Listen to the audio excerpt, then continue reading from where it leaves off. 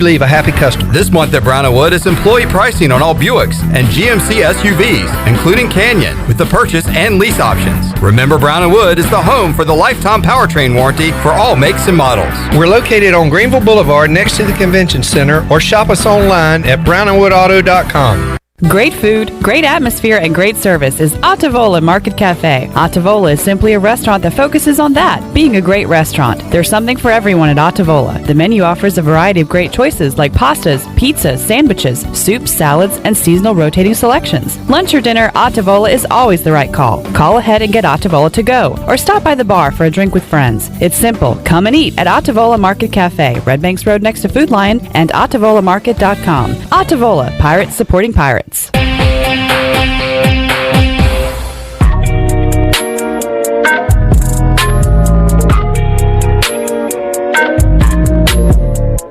This is Pushing the Odds, presented by the Circa Million and Circa Survivor Pro Football Contests, which guarantees $4 million in prizes for the biggest overlay ever.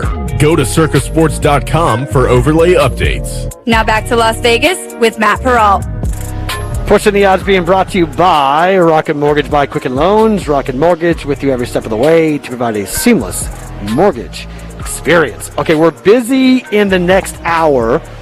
Nick Kalakis from Circa Sports is going to come on in. We're going to talk about UFC Fight Night coming up here in Las Vegas tomorrow night from the Apex. We got Munoz against Edgar.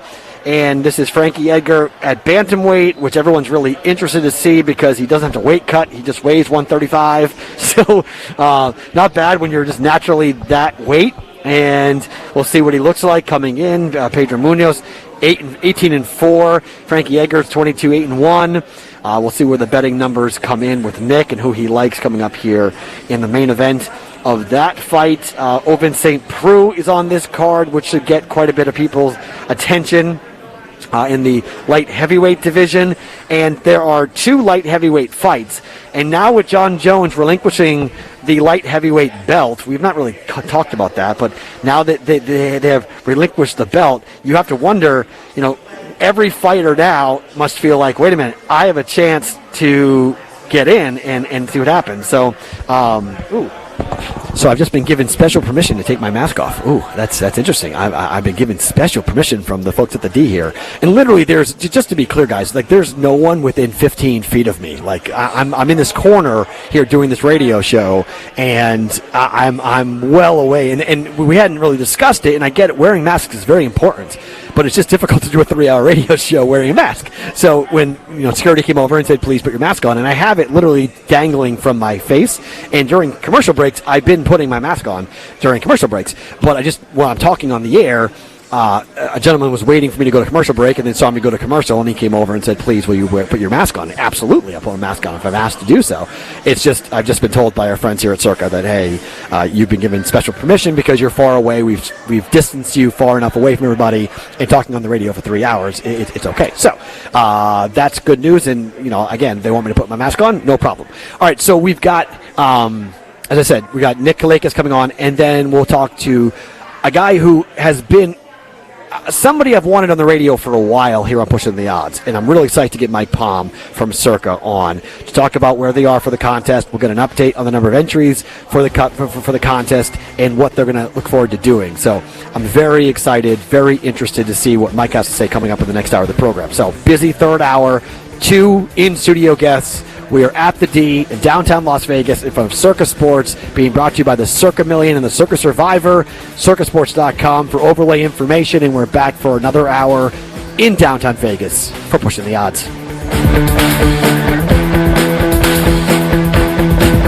This is Pirate Radio, WGHB Farmville, 1250 and 92.7 FM Greenville, WDLX Washington, 930 and 104.1 FM Washington.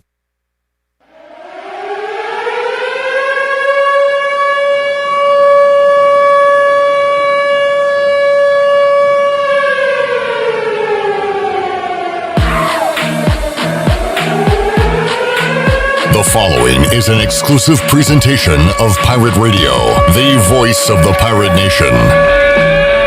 Welcome to Pirate Radio Live. You can paint this with purple. Now live from the Pirate Radio studios in the heart of the Pirate Nation, here is your host, Clip Brock.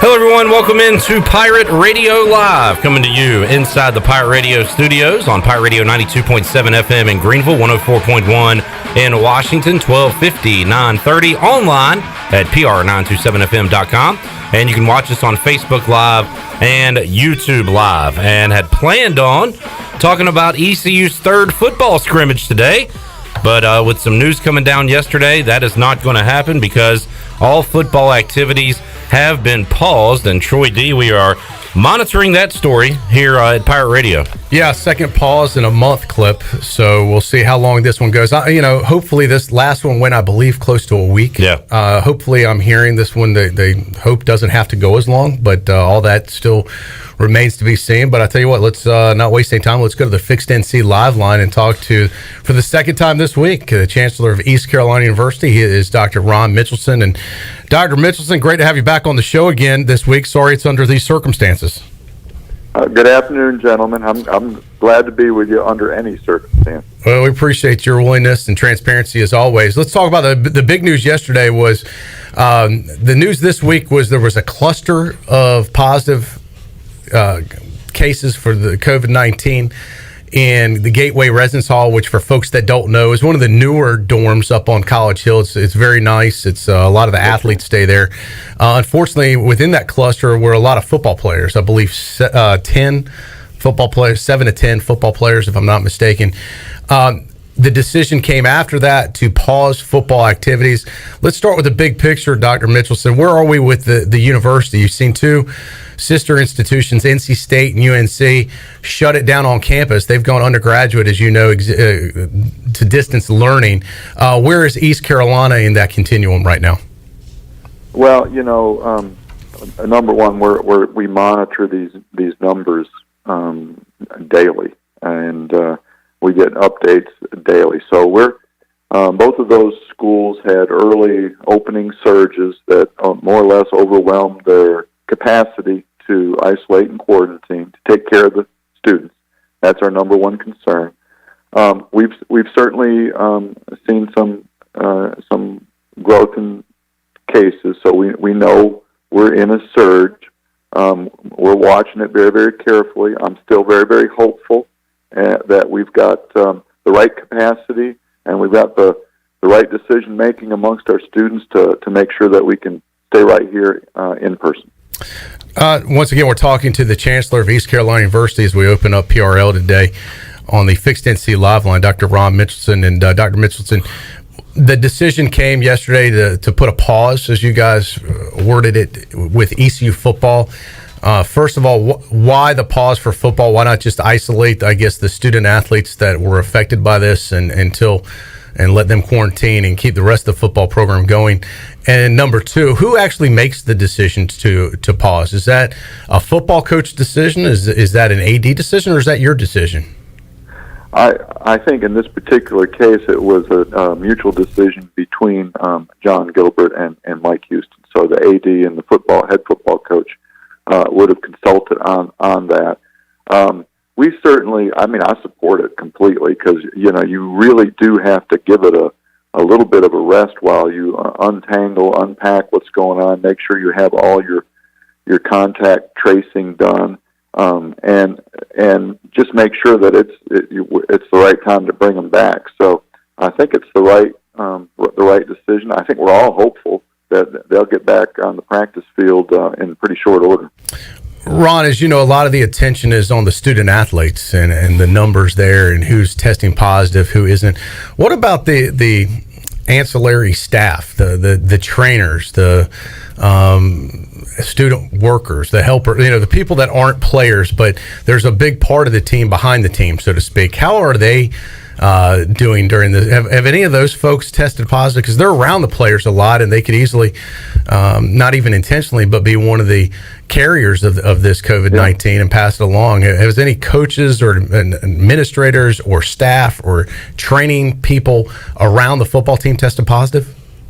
Yeah, I can't be too explicit about it, but I think the simple answer is yes. What we're trying to figure out is the source of those infections. because it's not just that they're infecting one another there at practice. They're actually, perhaps in some cases, bringing an infection from another gathering. So the answer is yes. There have been. It's not just simply student athletes. The ones that we've identified are all students, but they're not simply student athletes. There are other staff, perhaps trainers and the like, that are also tested in that cluster. ECU Chancellor Dr. Ron Mitchelson joined us on the Fixed NC Live line. Dr. Mitchelson, it seems to be two groups of people right now in the university community. There's a group that feels, hey, we need to be in person to learn. We want to have as much of a real college experience as possible under these circumstances.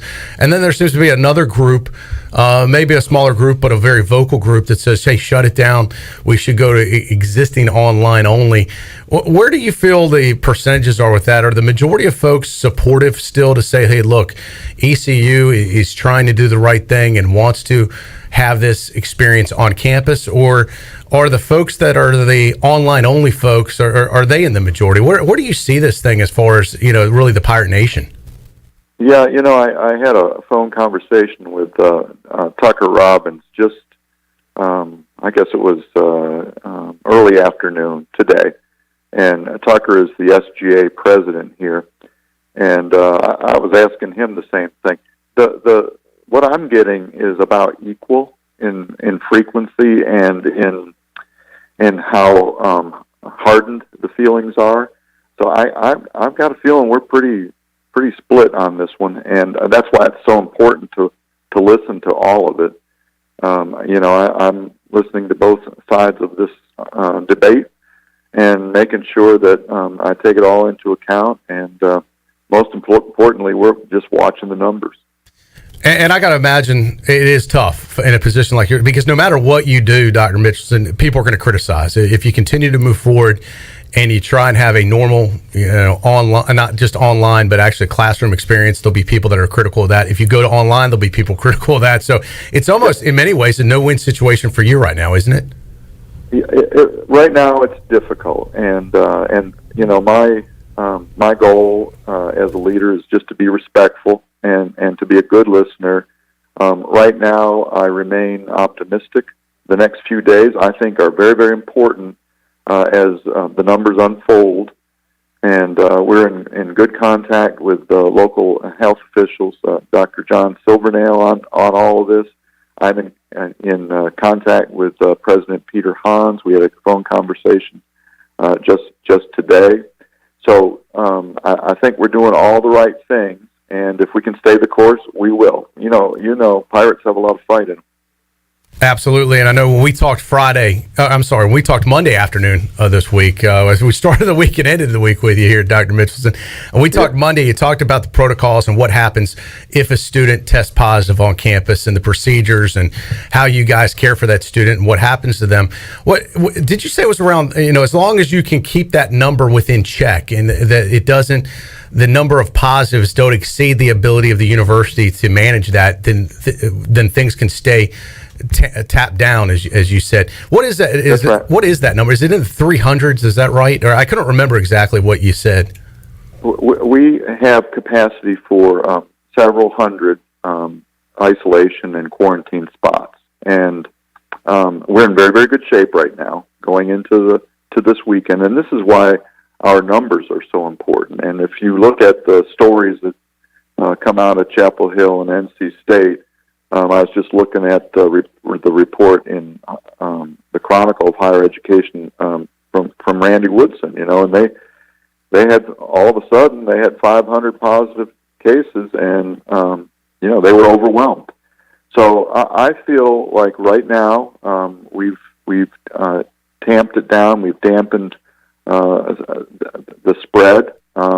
It's still a surge. I still classify it as a surge. It's the opening surge that I think we all expected. I do think we underestimated the magnitude of the opening surge. Certainly in the case of Chapel Hill and NC State, we underestimated that. And that's what I'm hopeful that we've got a handle on this. We can flatten the curve just as much as possible. And really, it's in the students' hands right now. I think if they can kind of control the urge to go out and party and associate in large groups, this thing could stay in check. But it's really going to be their decision whether how they behave. And I've seen that, and the ECU is not unique. This is every university in the country dealing with this, as you know. But it's hard, when you're 18 to 22 years old. We've all been there. Sometimes, the voice of reason from the elders doesn't always doesn't deliver all the way down, and they're going to do what they want to do. And I guess that's probably the biggest challenge in this is being able to control students, not while they're on campus, not while they're on your watch, but what they do at night off of your watch.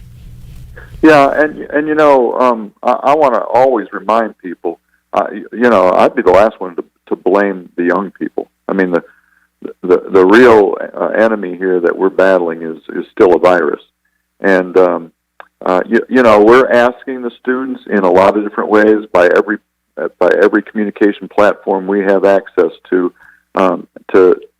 be responsible, to protect one another, to make sure they understand what our community needs. We'll use every tool in the toolbox. We had Holt and Ahlers on Twitter the other day, convincing young people to do the right thing.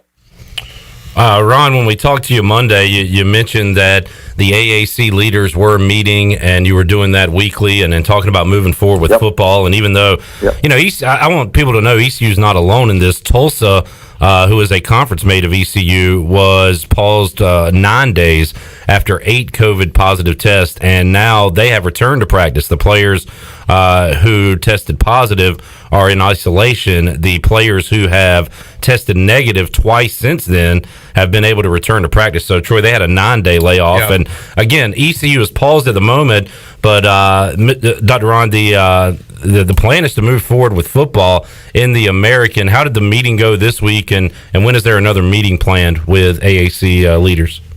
The meeting on Tuesday morning, it was nearly a 2-hour meeting. I think it was very positive. We were once again reviewing from some very sophisticated doctors countrywide, just reviewing the medical evidence that we have so far on the potential impacts of COVID-19 on athletes. And I think we put in place just the right kind of medical protocols to make sure that our student athletes can compete and do it in a safe way. So right now I'm comfortable with the development of that bubble, let's call it a bubble, and the medical protocols and the medical evidence that we have that yes, student athletes can compete and do it safely.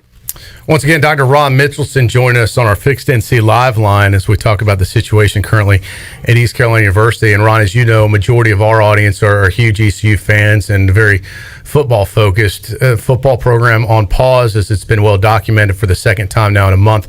But I'm hearing through multiple sources that they do want to get it back started again once kind of the dust settles, so to speak, on the second little wave here. And that could happen as early as next week, from what I'm hearing. What time frame are you hearing? You're the chancellor of the university. You talk to a lot more people than I do, I'm sure.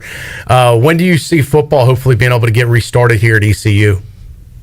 Well, John described it. John Gilbert described it as indefinite. You know me. I'm optimistic. I'm hopeful. I think we'll get whatever tracing we need done. I think we'll get the right individuals, the right teammates isolated and quarantined, and that we can turn them loose.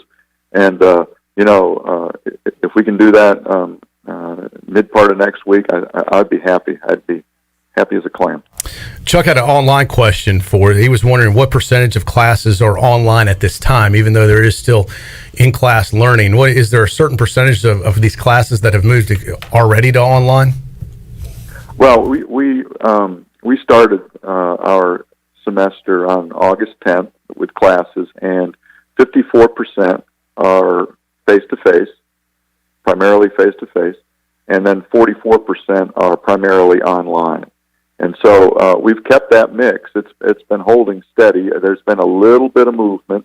It might be as low as 52% now, 52% face-to-face, 48% online. But, it's held pretty steady. And if a student is test positive off campus, that they're not living in one of the dorms or residence halls, is it up to themselves to quarantine? I mean, does the university have any jurisdiction over that, and can they even require those students to be tested? Yes, we can require testing. I mean that's an authority that's given to student health services here from Dr. Silvernail as our public health official. But in general, they would isolate and quarantine inside, off campus, in their house or their apartment.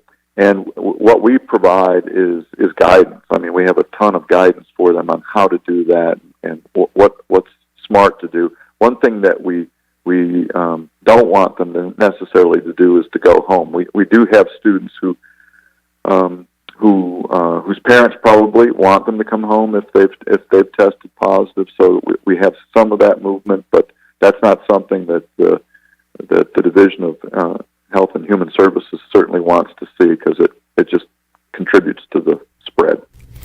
Well, Ron, we appreciate your time today. And once again, I know these are some challenging times that you're trying to navigate through. So continued, hopefully, luck with this, as it is a day-by-day story. And I know it's taking up so much of your time, but such an important story to cover here locally, regionally, and, of course, nationally.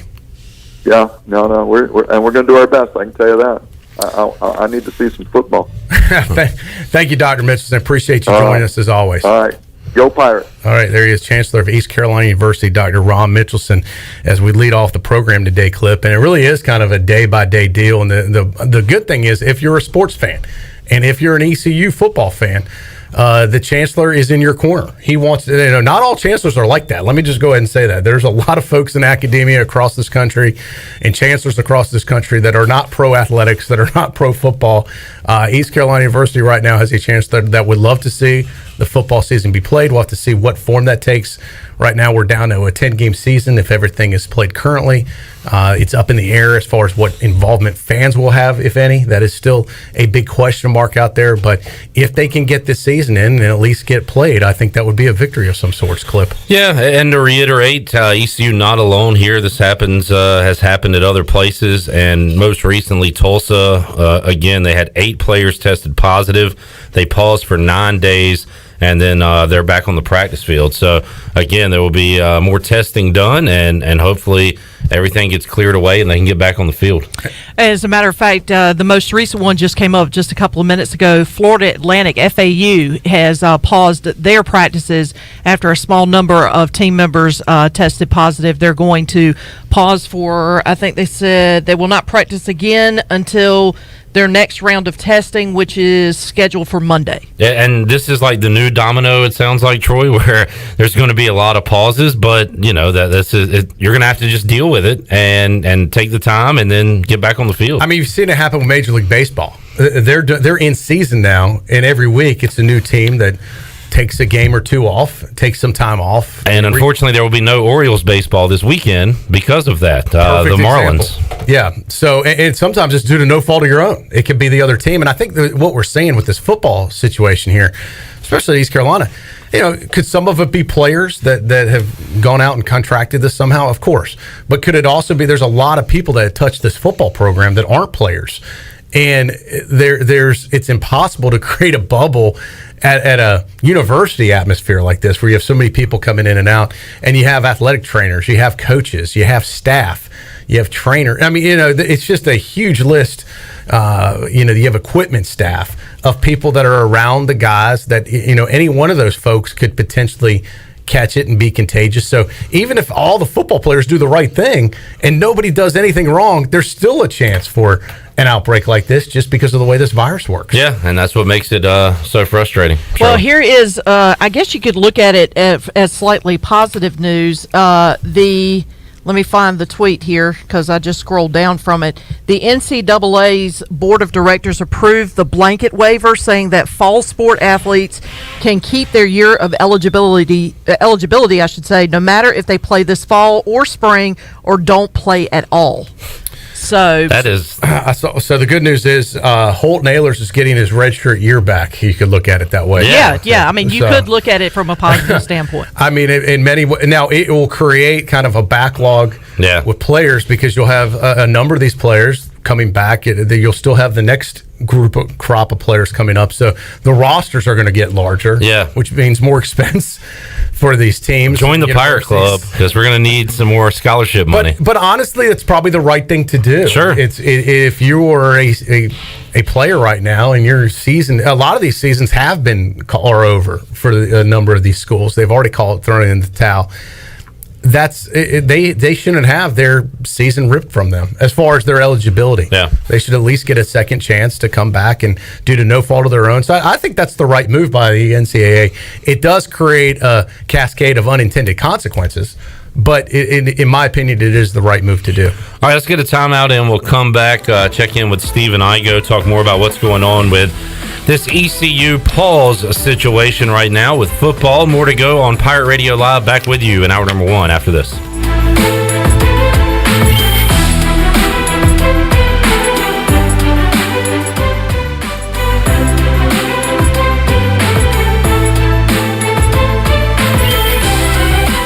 There's nothing like Pirate game days. He's got the ball. He starts right. He goes left, and there he goes.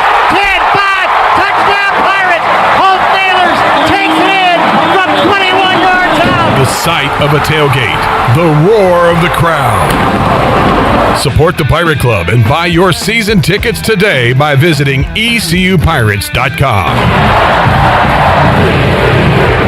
We're in this together. All hands on deck. One Pirate Nation. If you're like many, you may have put on the Corona 5, 10, or even 15 over the last 2 months. Well, the weather is warm and it's time to get that body back on track. At Clean Eats, we have you covered. Our weekly meal plan will quickly help you get back to where you want to be. Order online at cleaneats.com. Our cafe is back open, sanitized, and waiting to serve you healthy lunch and dinner options for dine-in, takeout, curbside, or even delivered through our delivery partners. Clean Eats, it's a lifestyle. 805 Red Banks Road, Arlington Village. With rates being historically low, now is the best time to buy or refinance your home. This is Talbot Green with Angel Oak Home Loans. Now is the time to take advantage of the opportunity to buy more home or refinance your current mortgage. The combination of our local team's experience and Angel Oak's wide offerings of products from standard conventional, government, and portfolio loans has something for most financial situations. For more information, call Talbot Green, Joanne Weir, or Wanda Hager at 751-2060. NMLS 1719250 and 685-842. Equal housing lender. This is Dr. Elizabeth Robinson with Orthopedics East and Sports Medicine Center. Our extended care clinic is open on Saturdays and Sundays from 10 a.m. to 2 p.m. at our office on W.H. Smith Boulevard. We treat a variety of urgent orthopedic conditions without an appointment. For more information, please contact us at 757-2663 or visit our website at www.orthoeast.com.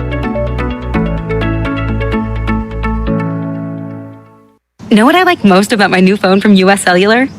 I don't know. That it was $700 off. What? Switch to US Cellular and get $700 off the latest phones. US Cellular. Choose fair. Promotional pricing requires an unlimited everyday or even better plan. New line, port-in, credit approval, qualified smartphone purchase, and comes via monthly bill credit on a 30-month retail installment contract. Taxes, fees, and additional restrictions apply. Does the idea of going to your local U.S. Cellular store make you feel a bit uncomfortable? Tired of the hassle of waiting and wearing a mask? Let Toby Williams and his outside sales team take away that worry. They will come right to your home or office and drop your phone off on the porch or at the front desk for you. Saving you time and worry is what the team at Cellular Warehouse is all about. Call Toby today at 252-799-7051 and let them help you with all of your wireless needs. Cellular Warehouse, your local U.S. Cellular authorized agent.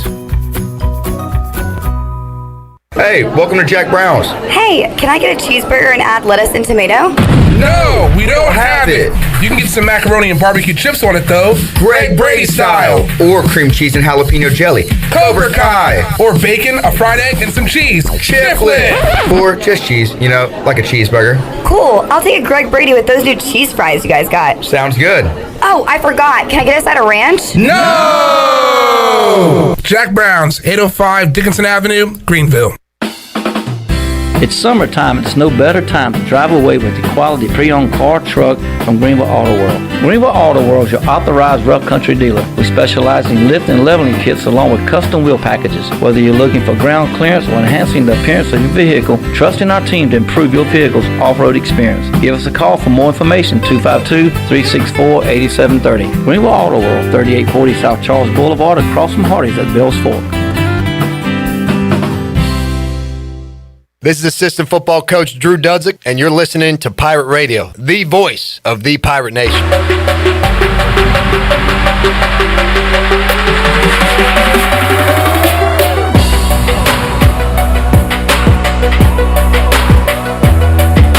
You're listening to Hour 1 of Pirate Radio Live. Now, back to the show. Well, welcome back. Brown & Wood is your home of the best selection of GMC, Cadillac, Buick, and Mazda in Eastern North Carolina for over 83 years. Shop their entire inventory online at brownandwoodauto.com or visit them on Greenville Boulevard. Now let's head back in to Pirate Radio Live. Here's your host, Clip Rock. All right, thank you very much, Shirley Rhodes. Welcome back into the program. To set up the remainder of today's show, we'll talk a little NFL with Tony Dunn, CarolinaCatChronicles.com. He'll join us a little later on in this hour. We will talk about what's going on this weekend in the world of sports with the big man on campus, Jeff Nadeau, coming up in hour number 2. Also, a rare positive night for the Charlotte Hornets last night. They moved up in the draft lottery, and we will talk to Spencer Percy, part of the BuzzBeat podcast, about what happened last night and what the NBA draft may look like. Little playoffs with him as well. Then in hour number 3, the voice of Dowdy-Ficklen Stadium, Morgan Ahlers, is going to join us, and Bo Batts, king of the dad jokes and one-liners. Bo Batts, always a fan favorite. Yes, he's coming up in hour number. So we got hearing from him. Morgan and Bo coming up in hour number 3. That'll be fun. It's explosive. And Shirley, we have more college football scheduling news we have to talk about. Another game added today, maybe more than one. We'll get to all of that. And I promise we'll talk about your rant on the college football rankings that we forgot about yesterday. Yeah, we'll do that later, though. Yeah, later with that in hour number 3. So we still got a lot to get to. And right now, joining us for the 3rd time this week on Pirate Radio Live, Stephen Igoe, going for a new personal record. Hello, Stephen. Hey, Cliff, how's it going? Hope you guys are doing well, and anytime games are added, it's a good day in my book. It's a cause for optimism. Unfortunately, we wanted to be talking about an ECU scrimmage today, Igoe, but that will not be taking place due to the Pirates pausing football activities. So, I don't know, has any updates since yesterday, Igoe, when you started catching wind of this story about, the numbers or maybe even the time frame of this pause for ECU? Nothing official. I think ECU wants to keep it pretty quiet just in terms of the numbers. I mean, we do know, obviously, there's 10 positive cases associated with the football program. I've heard since yesterday that, not all those are football players. There's a few people around the program that aren't direct players that have been in that positive case development over the weekend. So not all players, but still a significant chunk of them are players. So, I heard since yesterday before ECU put it out that the hope is to get back at it early next week. Now, how realistic is that? I don't know, but, I imagine they'll take a few days, reset, do the contact tracing, look at who they need to quarantine, and then probably retest. Did we lose Igoe? All right. Shirley will get him back here in a moment. We did not, if you're listening online, we did not hang up on you, but we'll hook back up with him in just a moment. But a lot of those things, Igoe kind of confirming what some of the information I had heard earlier, Clip, in the fact that some of these positives are with the football team organization, not necessarily just players. So, Stephen, are you back with us here? Yeah. I don't know where exactly you guys lost me, but I think that they'll take the next few days and obviously do the contact tracing, quarantine who they need to quarantine, and then from there probably look at testing in that Monday, Tuesday range. I don't know the exact date. I'm just more speculating based on what they've done in the past, and then from there see if there's any increase in cases, and if not, if it's just a small number or none, then I imagine they would get the green light to continue practicing with everybody that's not quarantined. You look at Tulsa, who earlier this week, also in the American Athletic Conference, shut down practice on Monday, quarantined who they needed to quarantine. They had 8 positives and 8 more that were quarantined due to contact tracing. So potentially similar numbers to ECU, and then they just got cleared to return to practice today. So they had, a 4-day break. So, and all their guys that are returning passed 2 tests that came back negative. So, a lot of it depends on the test results in the days to come. Talking to Stephen Igoe on the Fixed NC Live Line, we just had Chancellor Ron Mitchelson join us. I probably should have asked this question to Ron Mitchelson, Stephen, but you're here now, and I'll ask you. The Pitt County Health Director toured Dowdy-Ficklen Stadium today. I was curious, what he was looking for, what the purpose of that would be, and is it just to try and predict a capacity issue if they do get the green light and the state does go to phase 3 starting September 11th or September 12th? What was the purpose, and what do you think will be decided from that visit? I don't know the exact details of it, but from everything I've heard, they're putting a plan in place in case they get, the appropriate guidance from the government to go ahead with a select amount of fans. Let's say the government, Governor Roy Cooper, allows sporting events to, as long as in a socially distanced and structured environment, to host a very limited number of fans.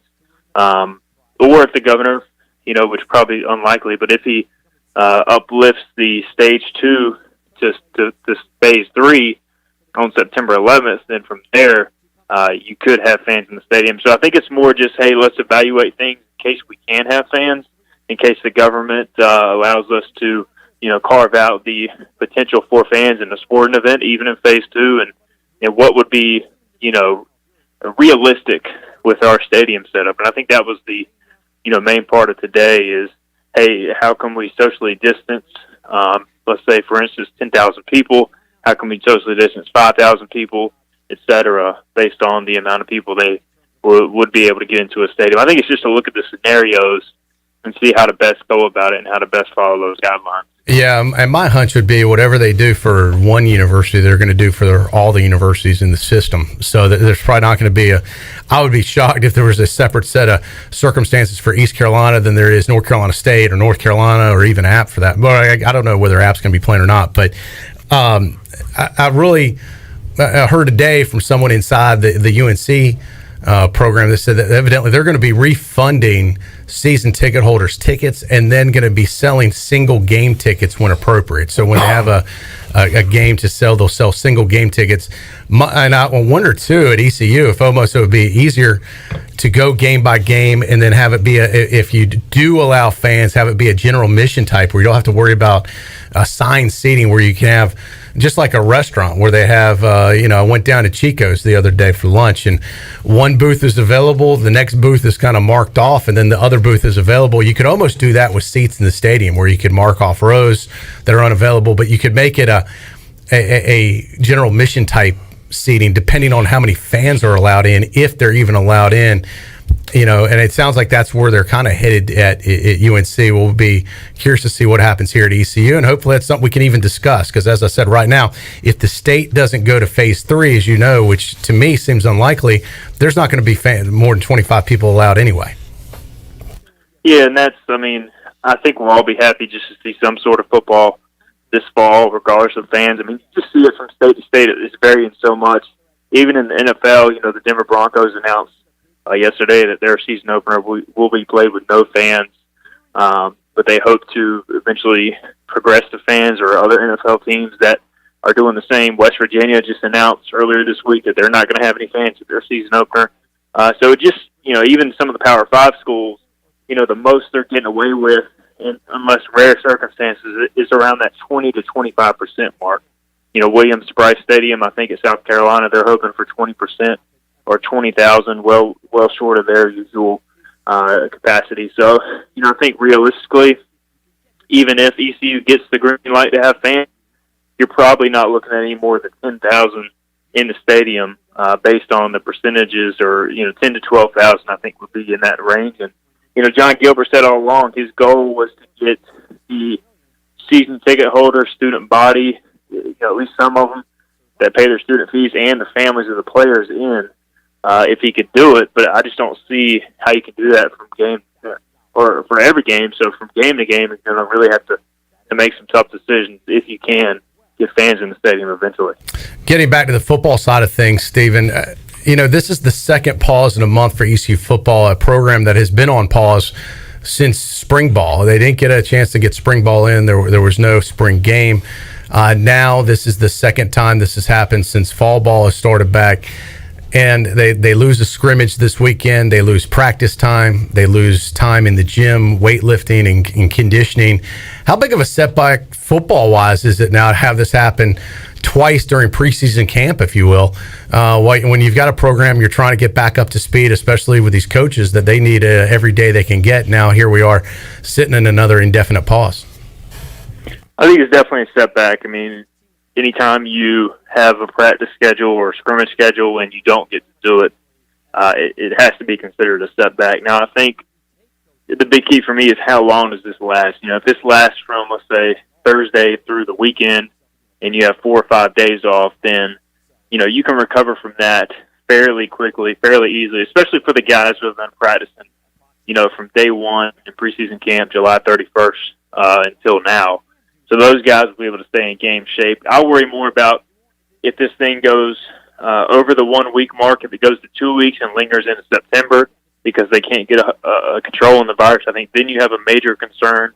I also believe that, the players who have been quarantined either now or earlier, those guys are going to really have a tough time getting in game shape because either way they're going to be missing 2 weeks at least due to this virus, and that's you're missing practice time on top of those guys already being quarantined. So you have issues there in terms of those guys getting into game shape. So that's my concern, the guys who have been quarantined, and if this thing lingers into next week, well into the next week, let's say next weekend, then I think you have a problem because then you start to lose some of the gains you've already made as far as playing shape and football speed, that sort of stuff.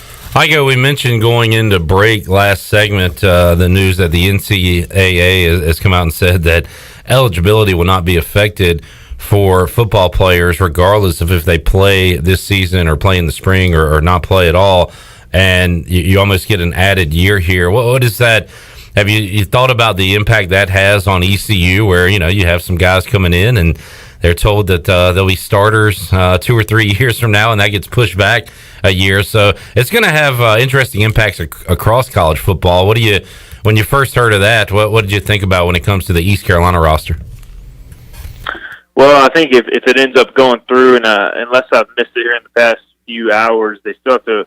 The Board of Governors still has to approve it. NCAA, I know the NCAA Division I Council has submitted it. So, but based on the past, it probably will go through unless they shoot it down. So, assuming it goes through, I think it's good and bad. It's good from the standpoint of, if you're a school like ECU, an extra year of development for basically everybody on your roster, in theory, is pretty great. That's, technically you could see Holton Ahlers start 10 games this season and it not count against his eligibility. So, if that ends up happening, obviously he's going to be pretty happy because he could break every single record known to man at East Carolina because he'll get a full extra season. But it presents issues from, a scholarship standpoint.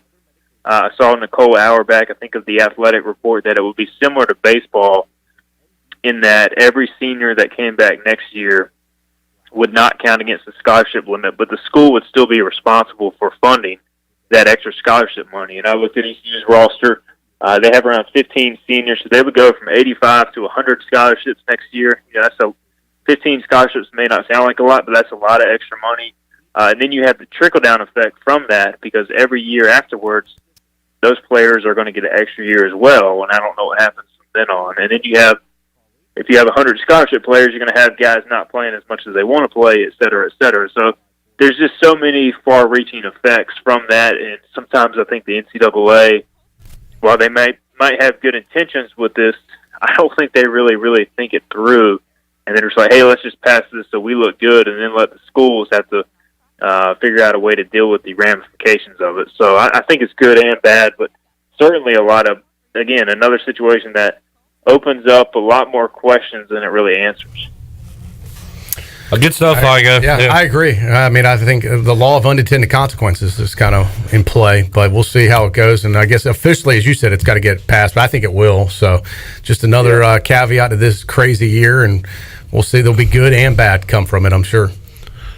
Yeah, it's a mess, guys. Every day something new pops up, and I feel for obviously Mike Houston, John Gilbert, all the guys that have to deal with this. Not only at ECU but across college athletics. Extremely hectic, along with all the other stuff the virus has affected. But there are no easy answers right now, and everybody seems to kind of be scratching their head how to deal with some of this stuff. The emotional roller coaster. And I mean, think about the folks at BYU earlier this week. They were probably feeling pretty down because they had like 2 games on the football schedule. Now they have like 7 or 8. They filled in another one today. So they're probably feeling pretty good right now. Yeah. Here at ECU, we were pretty optimistic, feeling good early in the week, and now we got a pause, and we'll see where that takes us. And I've been to BYU, Provo, Utah, and it's not a big party scene there on campus. So if anybody can get through this thing as far as not having players go to parties off campus and after hours, it's probably the BYU Cougars. But don't the Mormons have more wives, so that's more people in the household, so they could possibly... Well, I guess that'd be considered in your bubble clip, but okay, all right, family, I guess. But no more Mormon jokes. I am being serious. They don't, it's not a party school. No, I believe you. They have a code of conduct you have to sign. If you break it, I think they kick you out of school. So, literally, a lot of these cases where they come from is from people going to parties. No Jim McMahon on campus anymore to spread it around to everybody. He was a 1 in a million. All right, Stephen, we'll talk to you again on Tuesday. We'll follow you over the weekend. If anything breaks, we'll have it here at Pirate Radio. And, of course, your spot at hoistthecolors.net. All right, guys. I appreciate it, as always. All right, thanks, Stephen. Good work on I guess, really kind of breaking this news yesterday. Yeah, we were talking about it. You on this show. Yeah, talking about it yesterday, and then it became official right when Igoe left the studio. Yeah. They put it out. Classic 501 release. Yeah. On the Thursday news drop. But, hey, it's better than nothing. It was good for me, Tony, and Troy. We got to talk about it live. It hit right at the right time, I thought. See, again, it all depends on your perspective. It's part of the team now, so it was good. As long as it drops within that the 3 to 6 time slot, we're good. Later, Steven. Yeah, I had to pull off the side of the road. All right, guys. Later. See you, man. Talk to y'all next week. All right, so that's where we are right now, Troy D.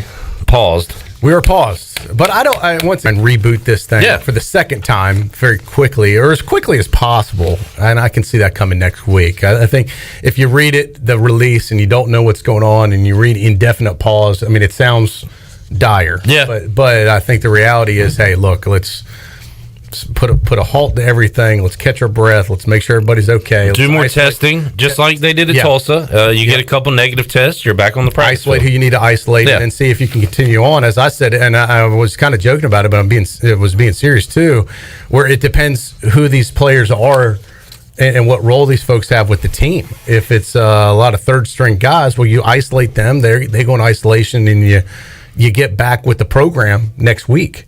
If it's your starting offensive line and the entire line, that's a different story, right? Yeah. So, and that's obviously they're not going to give us that detailed information. They're not going to release who has what, but they are at least being transparent with the overall numbers and what they're doing. So that we're appreciative of. And Ellerby just pointed this out, Troy D. Appalachian State has returned to practice 3 days after a COVID-19 cluster shutdown. So. Yeah.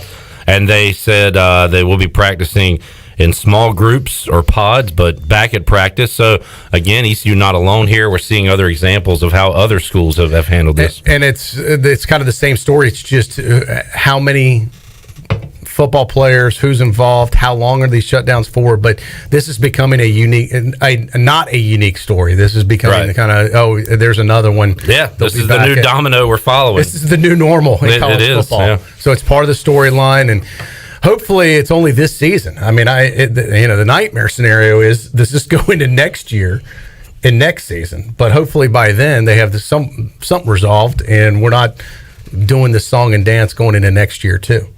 I'm not ready to think about that, so I'm going to say goodbye to you right now.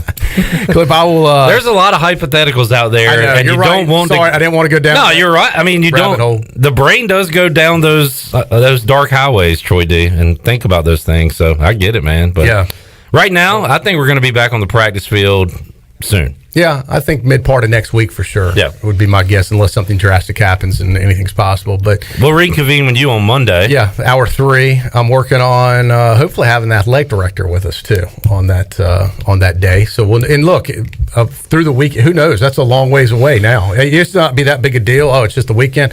There's a lot of things that can happen over a weekend. No doubt. And stay tuned to our social media sites, Twitter, Facebook, Instagram. We'll have all the latest for you. Just follow Pirate Radio. Troy, thanks for hanging out, man. Good seeing you, man. We will take a time out, come back, talk more ECU, talk some NFL as well with Tony Dunn, CarolinaCatChronicles.com. He joins us on the other side. We're back after this.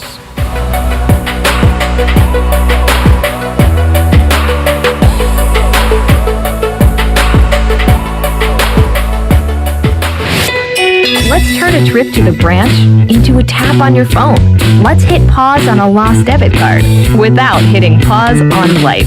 That's how First National Bank is redefining convenience with a top-rated mobile app that puts more security and control at your fingertips and friendly people to help you succeed right by your side. Let's get started at fnb-online.com or your local First National Bank. FNB member FDIC.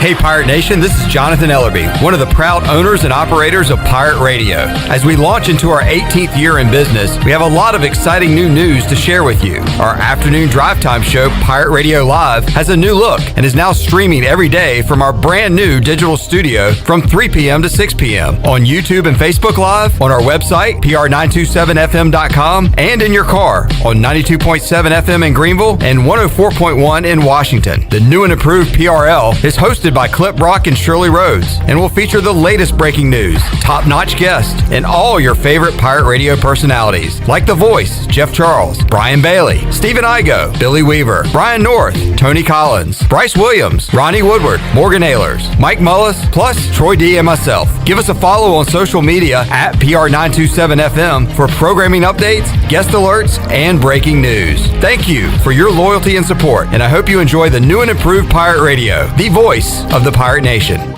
Your CBD store in Greenville has the highest quality CBD products in the country. Your CBD store is the first and only brand that carries USDA certified organic products such as gummies, honey sticks, and high absorption water soluble liquids, which are all made in the United States. They even offer products for your pet. The educated staff will help you answer any questions, and you can stop in anytime to get a free sample. Your CBD store, locally owned and operated, open Monday through Saturday 10 to 6, right beside Duck Donuts in Greenville.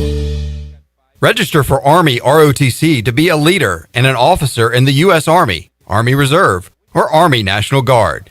You could also be eligible for a full tuition scholarship. Lead the team that makes a difference. To learn more, contact Dale Anderson at 252-622-5346 or Anderson, DAL, at ECU.edu. Paid for by the United States Army.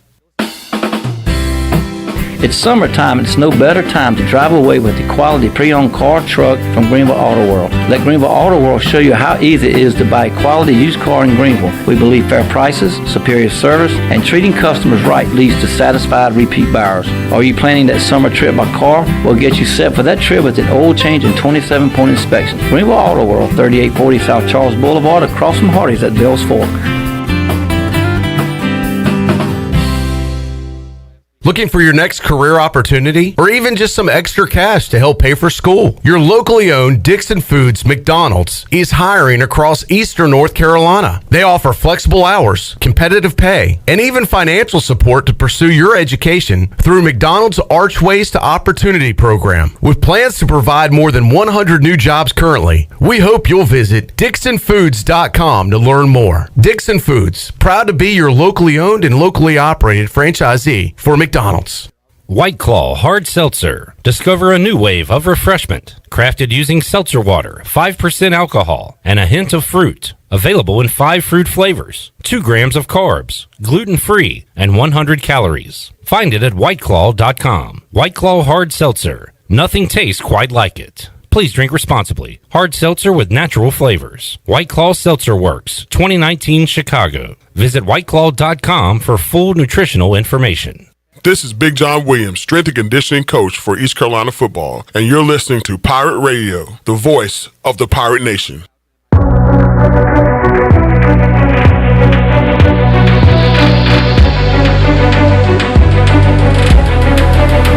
You're listening to Hour 1 of Pirate Radio Live. Now, back to the show. Welcome back. Hey, PRL this afternoon is brought to you by Bud Light, who reminds Pirate fans to always stay in the game and drink responsibly. Bud Light, proudly distributed by Carolina Eagle Distributing since 1989. And as we head back into Pirate Radio Live, Clip, do you have any additional scheduling news? Because I do have one. I don't know if you have it, though. All I heard was what you said earlier. BYU added another game today. Yeah, they confirmed that. They're going to host Western Kentucky on Halloween. And UTEP just announced that they will host Stephen F. Austin on September 5th. So that means you got 3 football games to watch on that day. Wow. And they will also host Abilene Christian on September 19th. By the way, Stephen F. Austin went rogue because their league actually decided to push back to the spring, but Stephen F. Austin has chosen to play this fall. So we do have a road team, just not one we were expecting. And that's kind of what we talked about with Chris Haymeyer earlier this week, that, no Big South football until spring, technically, but they could schedule 4 games. So Mike Minter's team, as Tony Dunn joins me here, former Panther, will be playing 4 games. And I think we'll see that surely from a lot of FBS schools that'll kind of go rogue, if you will, and play a few games, even though they're scheduled to play in the spring.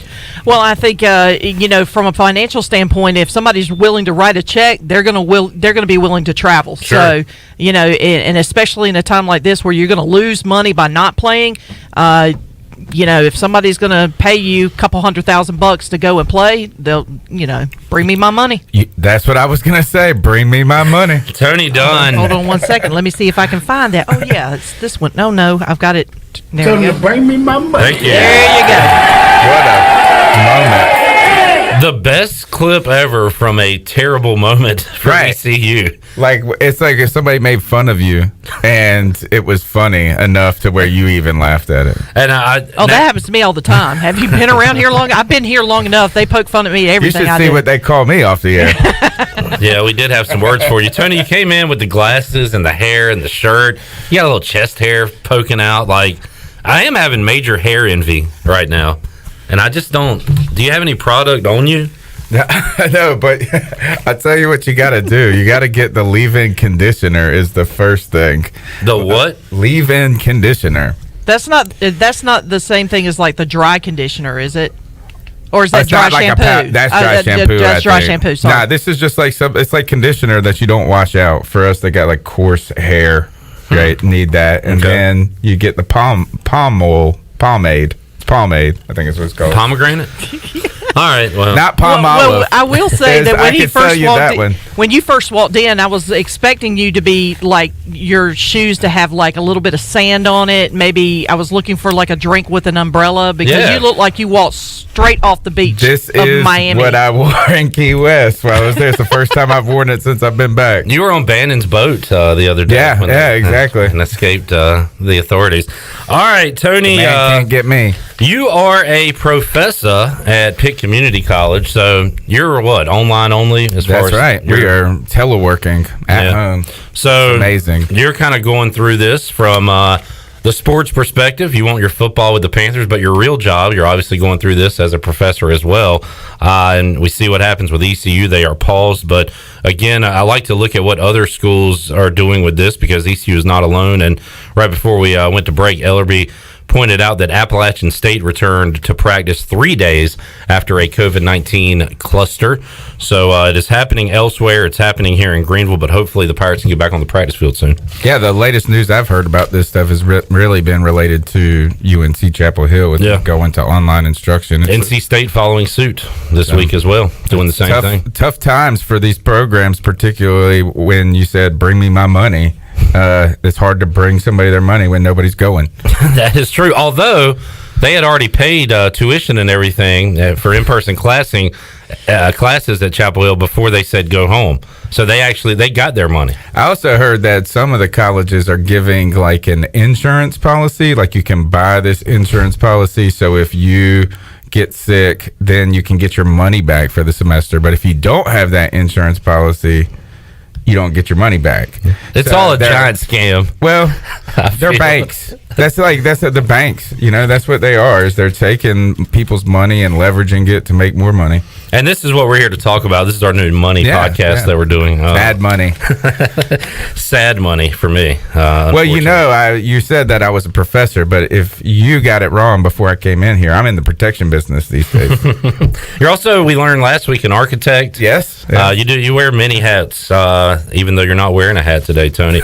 Let's talk some NFL and good grief. Let's stick with the sad news. Ron Rivera, head coach of the Washington football team, was diagnosed with, and help me out here. Tough name. Squamous cell carcinoma? Well, carcinoma means cancer, so we can go with that. So in a lymph node. Squamous cell carcinoma in a lymph node. For us lay people, this is probably lymphatic. Here we go. I don't know. All I know lymph is nodes. Your lymph nodes. Yeah. You get one when you get sick. It gets all swollen. It's sad. It's sad to hear that. But the good news for Ron Rivera is that this sounds like a very highly treatable. Yes, cancer. Very treatable and curable, according to what I read. And I don't expect him to be lacking resources to get to the doctor. So will be. You want him to recover. It's sad news. But he's got the access to health care and to take care of himself probably better than most Americans. And he's planning on coaching. He said there is a plan B in place, but he thinks that they caught it early enough. It is very treatable, curable, and thinks he'll be all right. So they need him this year. I mean, they need and. One of the things was Ron Rivera was a kind of a stabilizing factor. Exactly. And now he's even ill. It's like Washington is the place to go to be unstable. Yeah. Sorry. I mean, you've known me and heard me long enough to know that is very true.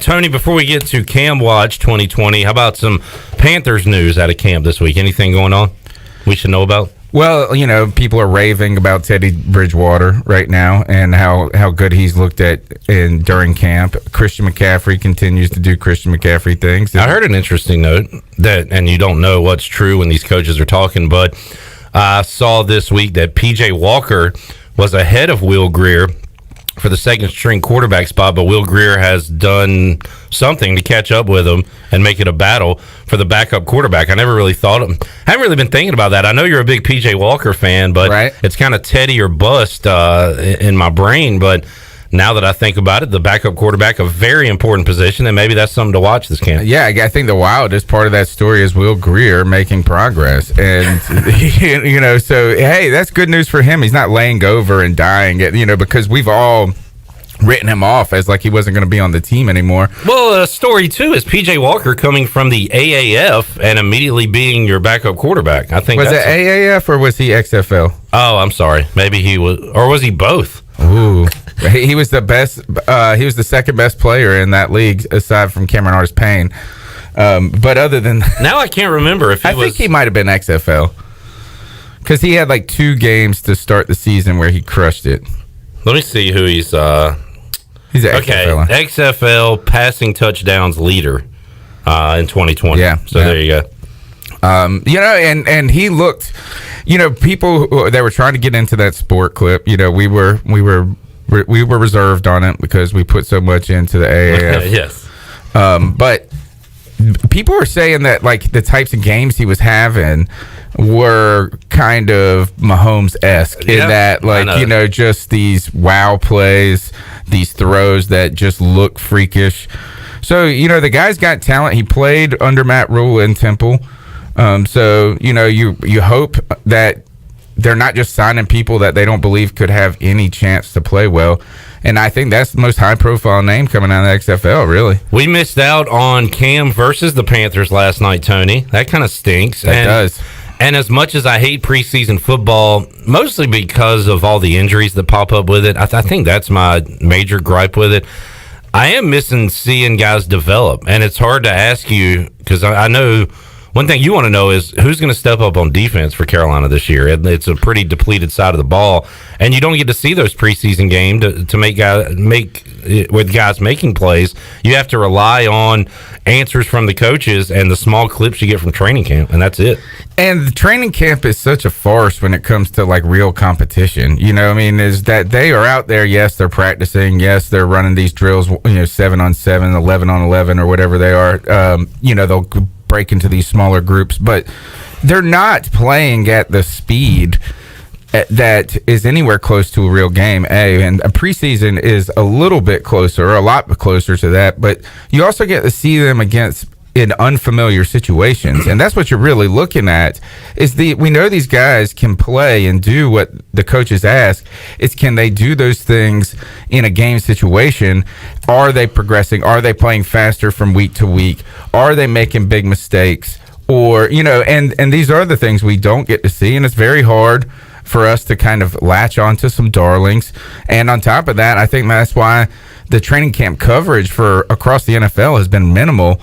And for the Panthers, it's been almost non-existent, because really what you're going to talk about is this past week they said, Pharaoh Cooper's really standing out as a punt returner. Like, well, yes, that's exactly why we signed him. And right? What is he doing exactly? Just standing back there catching balls off the machine? I mean, he's showing that he knows what to do when that happens. Yeah. I wonder, we'll take a time out, Shirley. I wonder if there'll be any like Titans-Panthers joint practices, or, we see those leading up to preseason games in years past. I wonder with COVID and everything. If probably not with the social distancing. I can't wait to tell you about the coming after Cam still. The Panthers, man. When we come back from the break, I'm going to What, are you sensitive about something else this week? Oh, sensitive. All right, well, we got that on the way. We have some quarterback news when it comes to the Patriots and more on the NFL with Tony Dunn, CarolinaCatChronicles.com. We're back after this.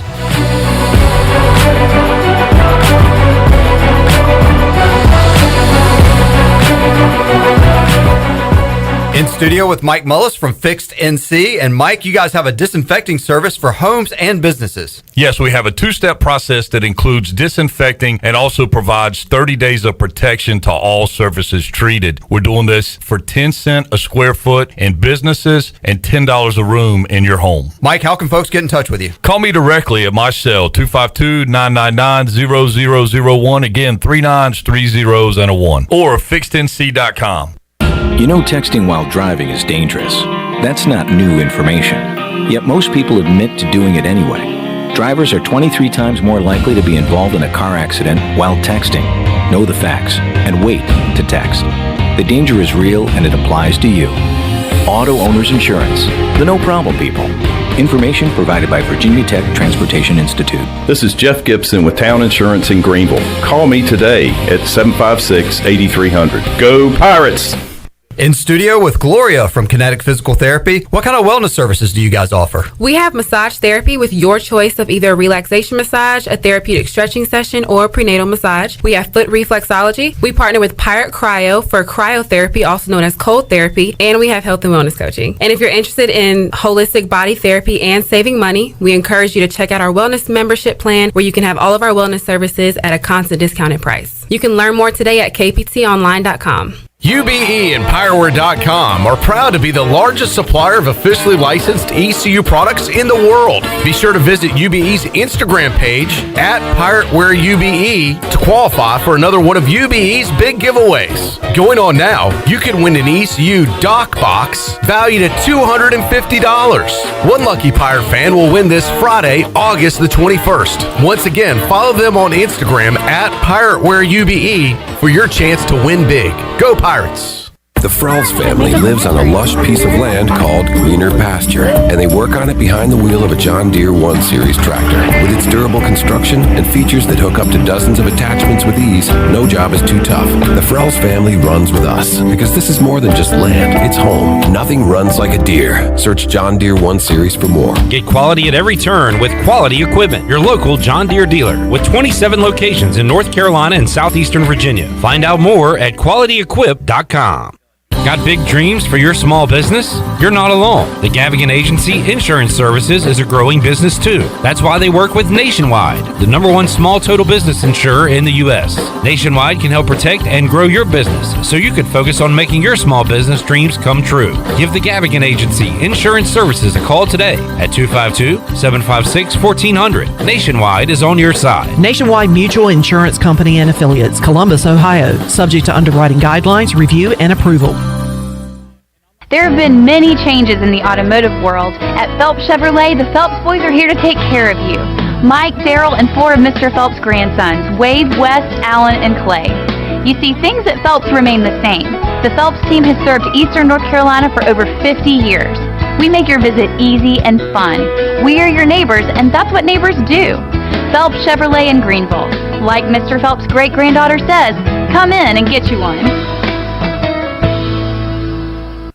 Bostic Sugg Furniture wants to know, how'd you sleep last night? If you're like thousands, the answer is probably not very well. You're tired, stressed, your job suffers, and worse, your health suffers. Get better sleep on a Restonic mattress, a Consumer's Digest Award winner 13 years running. Restonic Queen mattresses start as low as $4.99. Restonic two-sided Queen mattresses from only $6.99. If you're ready to wake up to a whole new you, we have a Restonic mattress waiting for you exclusively at Bostic Sugg Furniture. This is Pirate Radio, WGHB Farmville, W224EI Greenville, WDLX Washington, and W281CH Washington.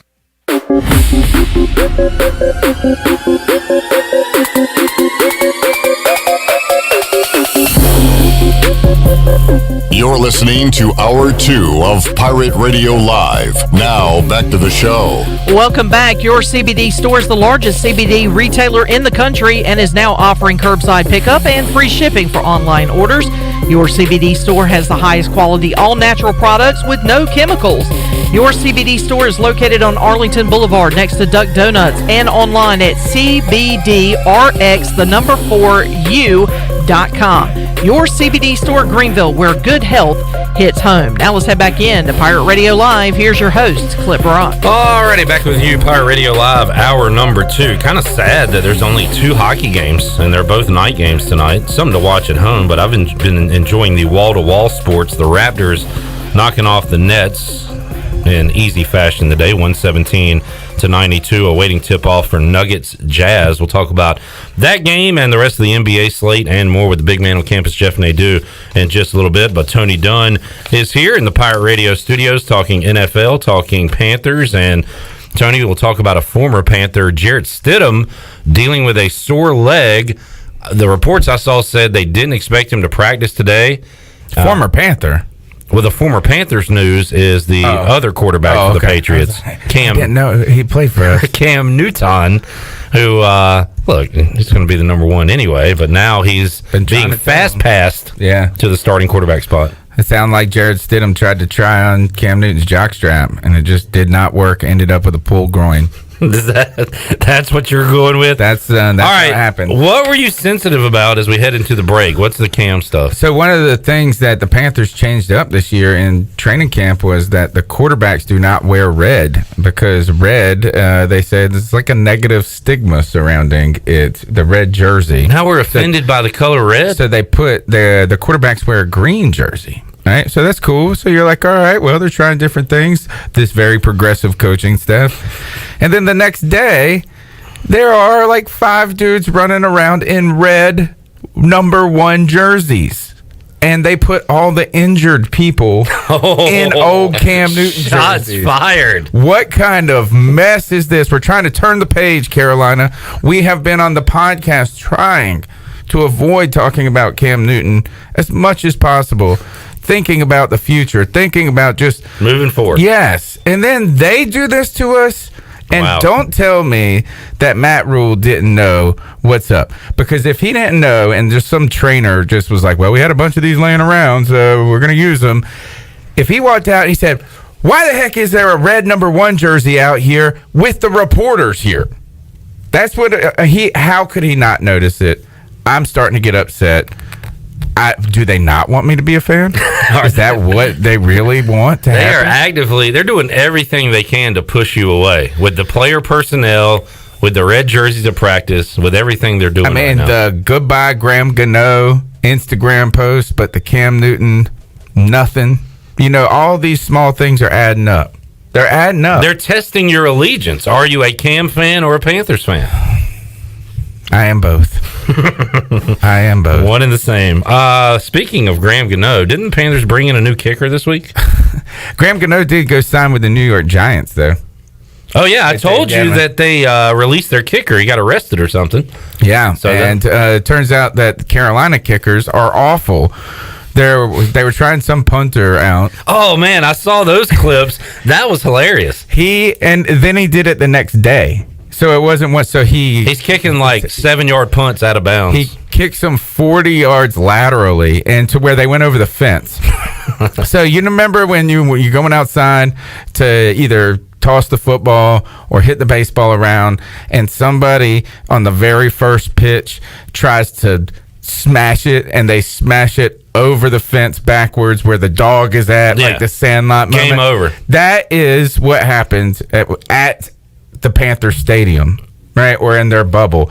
Some poor guy walking down the side of the street getting hit in the head with a football, not even knowing what's going on because this punter had a worse outing than Matt Dodge. Hey, now that's an unnecessary shot at Matt Dodge. He struggled in training camp that year. Do you remember? Like he was booting it like 70 yards when he was here, and then his first punt in camp was like backwards or something. But the big news though, the Panthers punter got injured, right? So they're having to bring in these new guys. Mike Pilardi was hurt. Yeah. Which you don't think about's a big deal until it is. Yeah, he was like our best player. Right? And then on top of that is that you bring in this guy and he can't kick it the right direction. He also he should just face the sidelines. Oh, that's like how his you batting fix it. stance. You know how when punting stance. I hate golf, right? And when I go play golf, and if I start slicing it like crazy, which I'll do, I will change my stance ridiculous. That's not a bad idea. What if the punter is facing the sidelines? Yeah, it helps him out. Yeah. Chandler, did you want to get in on this? Well, the punter's name is Joseph Charlton. Yeah, I don't even. Don't remember that name. Yeah, he's a charlatan. Yeah. It's not pretty. I'm watching a guy the video from right Charlotte, now. or that would be a charlatan.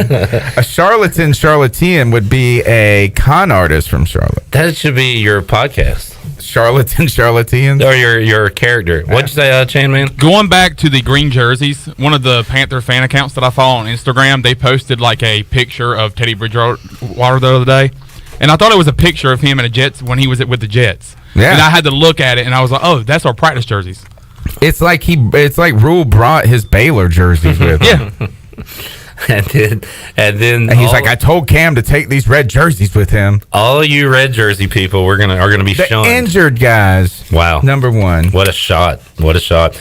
I saw, and we were following Dwayne Harris in this because he, among others, including Des Bryant, tried out for the Ravens. I have not seen Dwayne Harris getting signed, and also Des Bryant left the tryout with no deal. I feel like Dwayne Harris could return punts when he's like 58. I know. Like he is the Mike Tyson of punt returns. And I know that, look, we all love Justin Hardy. I will say that there are a lot of wide receivers better than Justin Hardy. That's fair to say. But I'm not being a homer when I say I am surprised he doesn't have a job right now. It shows you it's difficult in the NFL when you don't get reps in public, right? It doesn't matter how good you are. That's true. You know, is that if you... Not a lot of game film. Yeah. And if you don't get to showcase and even have some moments where there are players that are not as good as him that have had some... Like one big play or something? Yeah. I mean, Jameer Byrd, right? I mean, you're talking about... Are you contractually obligated to bring his name up every week? Yes. All right. I saw the other day, Tony, did you see this, that they had Christian McCaffrey back there taking punt reps? Oh. Yeah, I've assumed Ron Rivera was the head coach again at that moment. Why would that even be happening? You're taking shots at everybody today. Yeah. Also, last week I was sad. This week you're angry? Yeah. Did I see two guys that he was taking reps at receiver as well? Well, that he did all last year. Okay, so that's a he had 110 catches. He was. So he's just never going to come off the field. Never. He play like 99.9% of the snaps last year. I also saw, I think they're going to have him on the kickoff team. No, I'm just kidding. I think on the actually tackling guy. It turns out that punter just got cut. Christian McCaffrey's punting to himself now in practice. Who's your backup running back? Reggie Bonifant.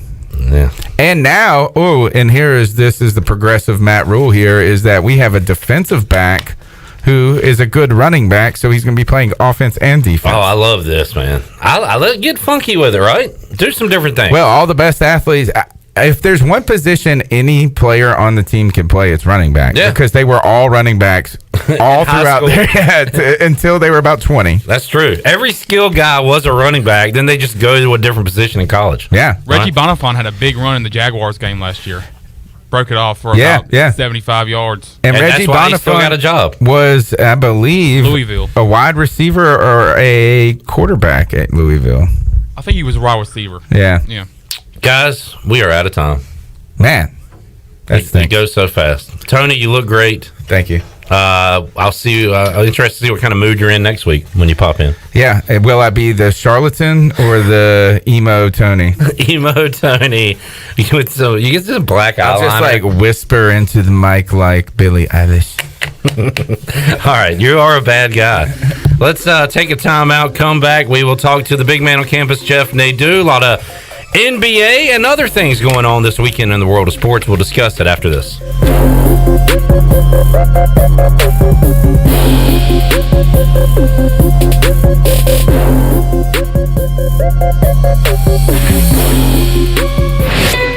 Let's turn a trip to the branch into a tap on your phone.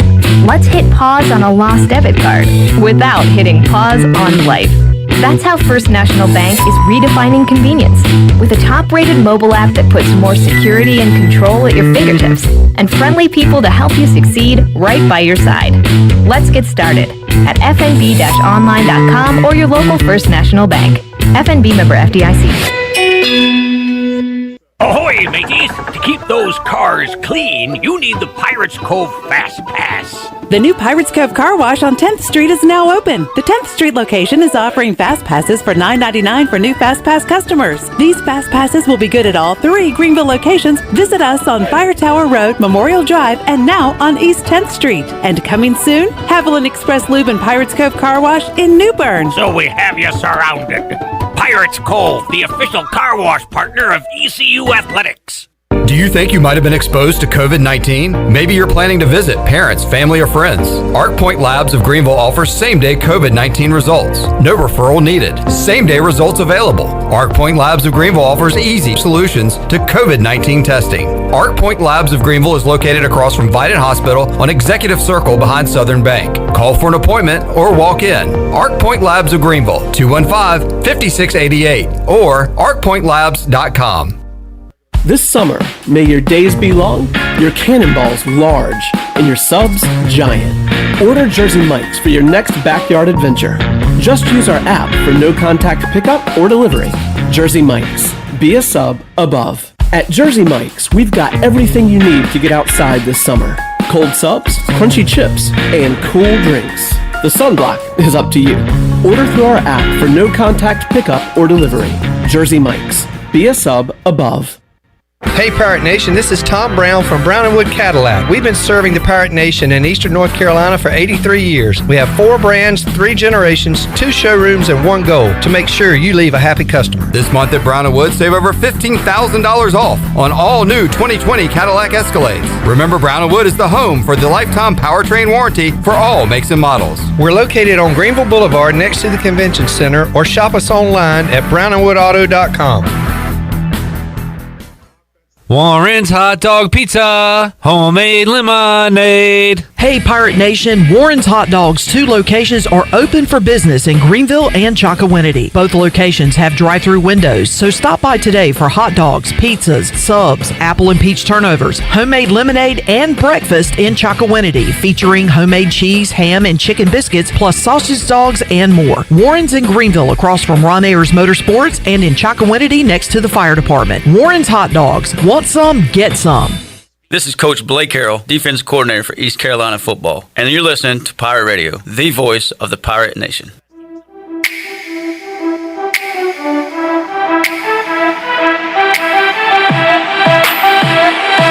You're listening to Hour 2 of Pirate Radio Live. Now, back to the show. Welcome back. Got damage? Damage from wood rot? Fixed. Damage from smoke or fire? Fixed. Damage caused by water? Fixed. If you've got damage, use a contractor that works for you and not your insurance company. Visit fixednc.com today or call 999-0001. That's 3 9s, 3 zeros, and a 1. Fixed NC. Restore, renew, maintain. And as we head back into Pirate Radio Live, a quick update for you. Clip, it's just been announced that the 146th running of the Kentucky Derby coming up on September 5th will not have fans. They originally were going to do a limited capacity. They have now decided to have no fans in attendance. So the show will go on just with no fans at the Derby. That's going to be weird to see. Very no weird. Big hats. All right, Shirley, let's head out to the Fixed NC Live line now. Talk about a busy sports weekend with the big man on campus, Jeff Nadeau. He joins us once again on the Fixed NC Live line. Big man, how you doing? Doing good, Clip. How are you? Hey, doing great. Enjoying the hoops, following the latest college football news. I'm sure you saw it, Jeff, that East Carolina is on a pause when it comes to football activities. Really hopeful they can get back going next week. But as that pause goes on, there's plenty to talk about in the world of sports, including the NBA playoffs. Before we get there, let's talk a little bit of what happened last night. Some good news for the Charlotte Hornets finally as they move up in the lottery. They'll get the 3rd pick. And big man, I was asking folks on Twitter, Hornets fans, who they wanted. Saw a lot of different names. Also threw out, is there a foreign guy out there that I don't know? A Nurkic, Jokic, a guy that is not on my radar. And you said that, outside of Anthony Edwards, LaMelo Ball, James Wiseman, there's some other talent out there. And do you have a guy in mind that maybe I don't know about that's not on my radar right now? Well, I think for that at the 3rd pick, I'm not going to. Neither of these guys are ones that I would say would be picks there. But to answer your question on, is there a guy out there like a Jokic or a Vucevic that you can find, in a war-torn country somewhere or something like that? This draft is not great. I think that'll be the common theme you'll hear. But I think there's a guy, Clip. I kind of thought of you when I heard of this guy. When I've been following him for a while. When I heard you mention that last night, I thought of him right away. This guy, Alexei Pokashevsky, he's from Serbia. This is a fascinating kid. He's 7 foot tall, Clip, 200 pounds. So you think about it, he's a pole.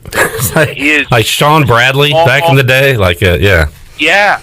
He's kind of looks like just like a thin, really like tall character. It's fascinating. He's really young. He's probably a stash and come back to kind of guy, but he's got some really unbelievable offensive numbers over in Serbia and over in Greece where he plays. But a guy that, Clip, I think someone that the Charlotte Hornets should look at is a guy, Killian Tilly out of Gonzaga. I think he's one of the guys in the draft in the 2nd round that I'm particularly high on. I think with a new big in the NBA where it's kind of that pick and pop, go out and hit the perimeter shot kind of guy, I think he's an ideal fit. He was very good offensively at Gonzaga. He's out of France. He's got a really good defensive body, good defensive mind. He's good on that side of the ball. He's a guy that I think a lot of people are forgetting about, but it's not rare that it's rare that you see a guy that tall that can shoot 39% from deep. He was very good, really, at every level for Gonzaga. The only issue you have with him is he has had some injury problems, and he was at Gonzaga. But he's a guy that I would look for. But as far as the 3rd pick, it's really going to be either Anthony Edwards or, do you go after Denny Avdija? And I think a lot of people in the league, the goal now is to say, okay, is Denny Avdija the next, Luka Doncic or the next Giannis Antetokounmpo? These GMs are a lot. The ears are pricked up a little bit higher when you see a kid from France or Israel or wherever, because you want to hit on that next Luka Doncic. Yeah, and you mentioned Killian Tilly. I wanted a Bulldog last year, and Rui Hachimura, who went to the Wizards, I believe. And I don't know. We'll see what the Hornets do. Who's your favorite in the draft, Jeff? Is it Edwards? Is it Ball? You like LaMelo Ball a lot, or you did in the past, right? I love LaMelo Ball. I think he's. I think he's going to be the next great player in the NBA. I think he's the best player in that family by a wide margin. I do think there's things that he needs to fix, but I think the playing overseas, I'll be honest, Clip, if I were a player of his stature, that's what I would do. I wouldn't play in college personally. I think he got some really great work over there. His IQ, basketball-wise, as a point guard is just unbelievable. He's a terrific shooter. I think he's obviously going to have to work on his defensive stuff. That's going to be a problem. But I think you put him on that Timberwolves team, I think that's a fascinating 1-2 with him and Russell. He is a skinny kid as well, Ball. I think he needs to pack on a little bit and get a little bit more durable. But I think he could be a really good player in the NBA for a long time. The hype's going to be there, too. I mean, he's going to be a guy that, if you look at a team like New York Knicks, for them, I feel like they'd be salivating at a guy like LaMelo Ball. He would bring excitement back to the Garden. It wouldn't surprise me if they try to move up and take LaMelo Ball. But, I got to be honest, Kip, and I want to say this as nice as possible, and I mean no disrespect here, but I think you know where I'm going. Unfortunately, if I'm a pro, the last place I want to go is Charlotte. I'm just being honest. It's just a very tough place to win. We saw it with Kemba Walker, but maybe you can also be the hero in places like that. So you're right. I can't argue with you, and they've been in cap hell with some awful contracts. Nick Batum most recently. They are just about clear of that. I believe maybe the following year. And again, even if they do have that money, is it a place that can lure free agents? The thought was that people would want to go where Michael Jordan is, but that just really hasn't been the case. They have kind of struck out in free agency. Almost had Gordon Hayward coming over a few years back, but the biggest guys they brought in, Jeff, is like, I don't know, they were able to bring in Al Jefferson, and they had some good years there, but like Lance Stevenson, they've never been able to really land a big guy in free agency, so they're going to have to hit a home run in the draft. Yeah, I mean, you look at this roster, it's just not really good. I mean, you've got to find something, and I'm not a big Anthony Edwards guy. I know a lot of people are. I'm not personally. If I were the Charlotte Hornets, I would look towards either Avdija or I think you got to hope that Ball's there. If not Ball, I think go towards a Killian Hayes or something like that. All right, big man. Let's talk about what's happening now in the NBA. And man, the Nuggets were blasted a couple days ago. That series tied at 1 apiece with the Jazz, and the Jazz getting Mike Conley back in the lineup as that game just getting underway. Celtics Sixers. Your Sixers are in trouble, as you knew they were, Jeff. They are down 2-0 to the Celtics. And, man, what a performance by the Mavs the other night to knock off the Clippers. And all of a sudden, that's an eyebrow-raising series. Do the Mavs actually have a shot there? So when you look at the three matchups coming up the rest of the day, what are you interested in, Jeff? Well, all of them, really. I think this is a fascinating card. I think it's a tougher betting card. I'll give it that. But I think kind of starting with the first game, I think the Jazz are worth a play here. Sharp money's back in the Jazz. I think, Clip, we have to just realize that the Denver Nuggets are a terrible defensive team. I don't really know how else to slice it. I mean, they went over in 10 in a row in the bubble. And, I mean, not only have they been bad in the half court, but, I mean, their three-point defense has been truly horrific. I mean, I'm just going to throw out numbers, Clip, over the last 5 games. The Denver Nuggets have allowed opponents to shoot 82 for 192 from three. That's 43%. I mean, that is just horrid. And it's not just one game. It's every game. They're just getting punished from the three-point line. I think if you're the Jazz, getting Mike Conley back so huge. I don't think people quite realize how big the fact that they won the other night was. Getting Mike Conley back just really, it gives you that solid ball handler, the guy that you can kind of trust, with the ball. He's a great defender. I think he can guard Donovan Mitchell and do a better job. And I feel like not Donovan Mitchell, Jamal Murray. Conley's a guy too, Jeff, that has seemingly been in the playoffs just about every year of his career. He's always there. Yeah. So no, he's a solid player. I mean, that's one of the reasons he makes $33 million a year. I think with the Nuggets, though, you got to wonder how they go at this defensively, because you look at, there's really no way they can stop the Jazz, because if you just kind of key in on Mitchell and you do what you did the other night, what that does is leaves the perimeter open for Ingles and for Clarkson and all these other guys to make shots. If you key in on the three-point line, Mitchell's going to drop 57. I guess the question is, do you let Mitchell just do his thing and not let them have 23s in the game? Right. It's really just a recipe for points. I continue to find these totals in this game fascinating because the first game went to overtime, but even without overtime got to 2:30. Yesterday or 2 days ago, the game got to 2:30, but it needed 124 from the Nugget or from the Jazz, who had 23s. Think if they just make 18 threes, the game doesn't go over likely, or it's close to not going over. So I think the totals here are fascinating, but I think the Jazz are in a better spot. I think for them, Murray and Jokic can go off. I just don't love anyone else on that team. I think defensively, as I said, they are very poor. I think the Jazz are a team that I would back here getting a point. All right, Jeff, how about the nightcap tonight? And I just didn't know if Luka would have enough help with the Mavericks to get by the Clippers, but Porzingis with a good night the other night with 23. Hardaway had 17. You got Seth Curry, who only had one three-pointer, but ended up with 15 points that night. Trey Burke had 16. So if you get those ancillary pieces putting in points like that, the Mavericks are all of a sudden dangerous. I just didn't think they had enough firepower outside of Luka, Jeff. And I mean, I still like the Clippers here, but what kind of shot are you giving the Mavericks tonight and in this series?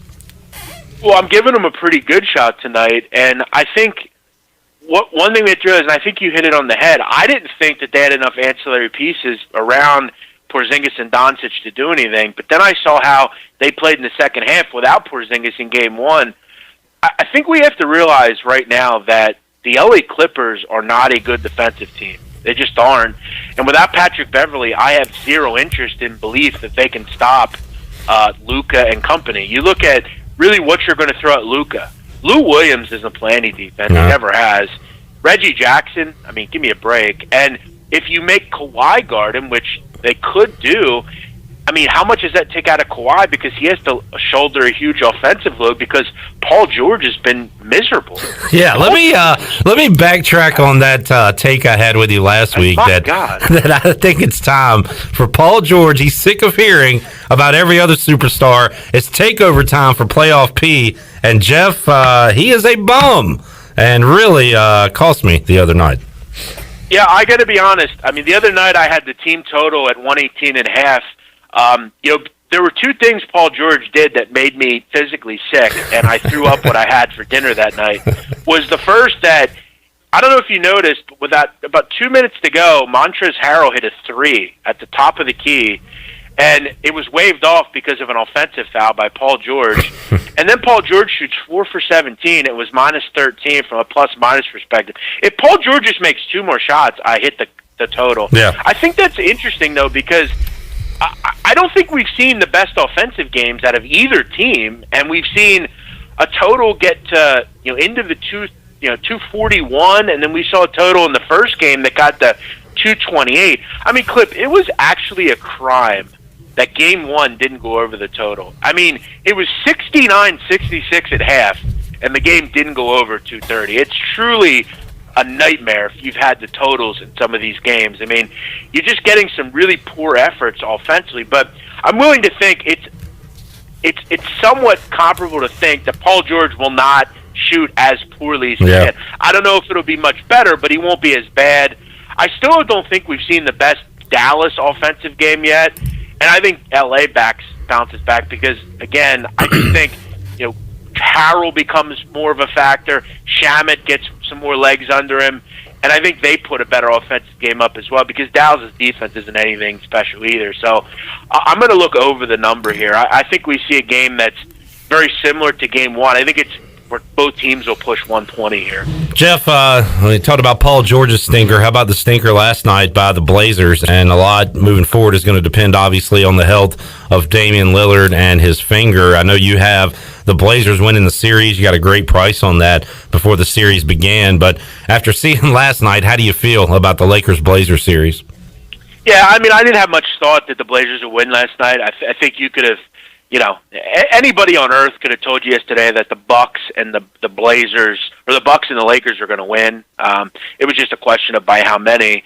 But yeah, you look at last night. I mean, there were some really ugly numbers out there from Portland. I mean, they were absolutely hard to watch offensively through three quarters. I mean, there was like 5 minutes left of the third quarter and didn't even have 50 points yet. I mean, it was truly eye-poppingly bad.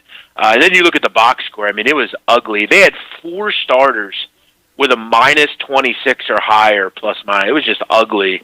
I thought the bench did a nice job. I think that's one thing that you can look forward to. The bench did a decent job, and they played probably more minutes than that you want them to play. But I thought it was a throwaway game for Portland, sadly. I know there's none of them in the playoffs, but you just kind of thought that when the score was 27-19 and Portland had 19 points in the first quarter, you kind of felt that the Lakers pretty much were going to take care of business and kind of cruise. But yeah, the offensive numbers in the series have been interesting. I thought they'd be much better. The teams have been horrific from three-point land. Portland only went to the line 16 times last night, and they only shot 40%. That's likely to change. As long as Dame's healthy, I think we'll still see a very good series. All right, Jeff, we've got obviously hoops, hockey, baseball this weekend, a NASCAR doubleheader with the Cup Series guys, golf, UFC coming up, and we'll monitor your Twitter at JeffNADU to see if you got any UFC plays coming up tomorrow night. Anything else before we let you go? You got your eyeball on this weekend? Yeah, I mean, I'm definitely UFC. I think it's kind of an underrated card. I mean, you got Munoz and Frankie Edgar, OSP, Oven St. Preux fighting, big-time light heavyweight. He's fun to watch.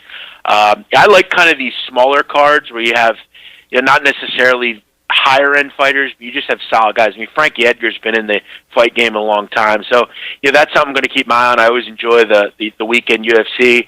And, yeah, the NBA. Right now, I'm not having a great week NBA-wise.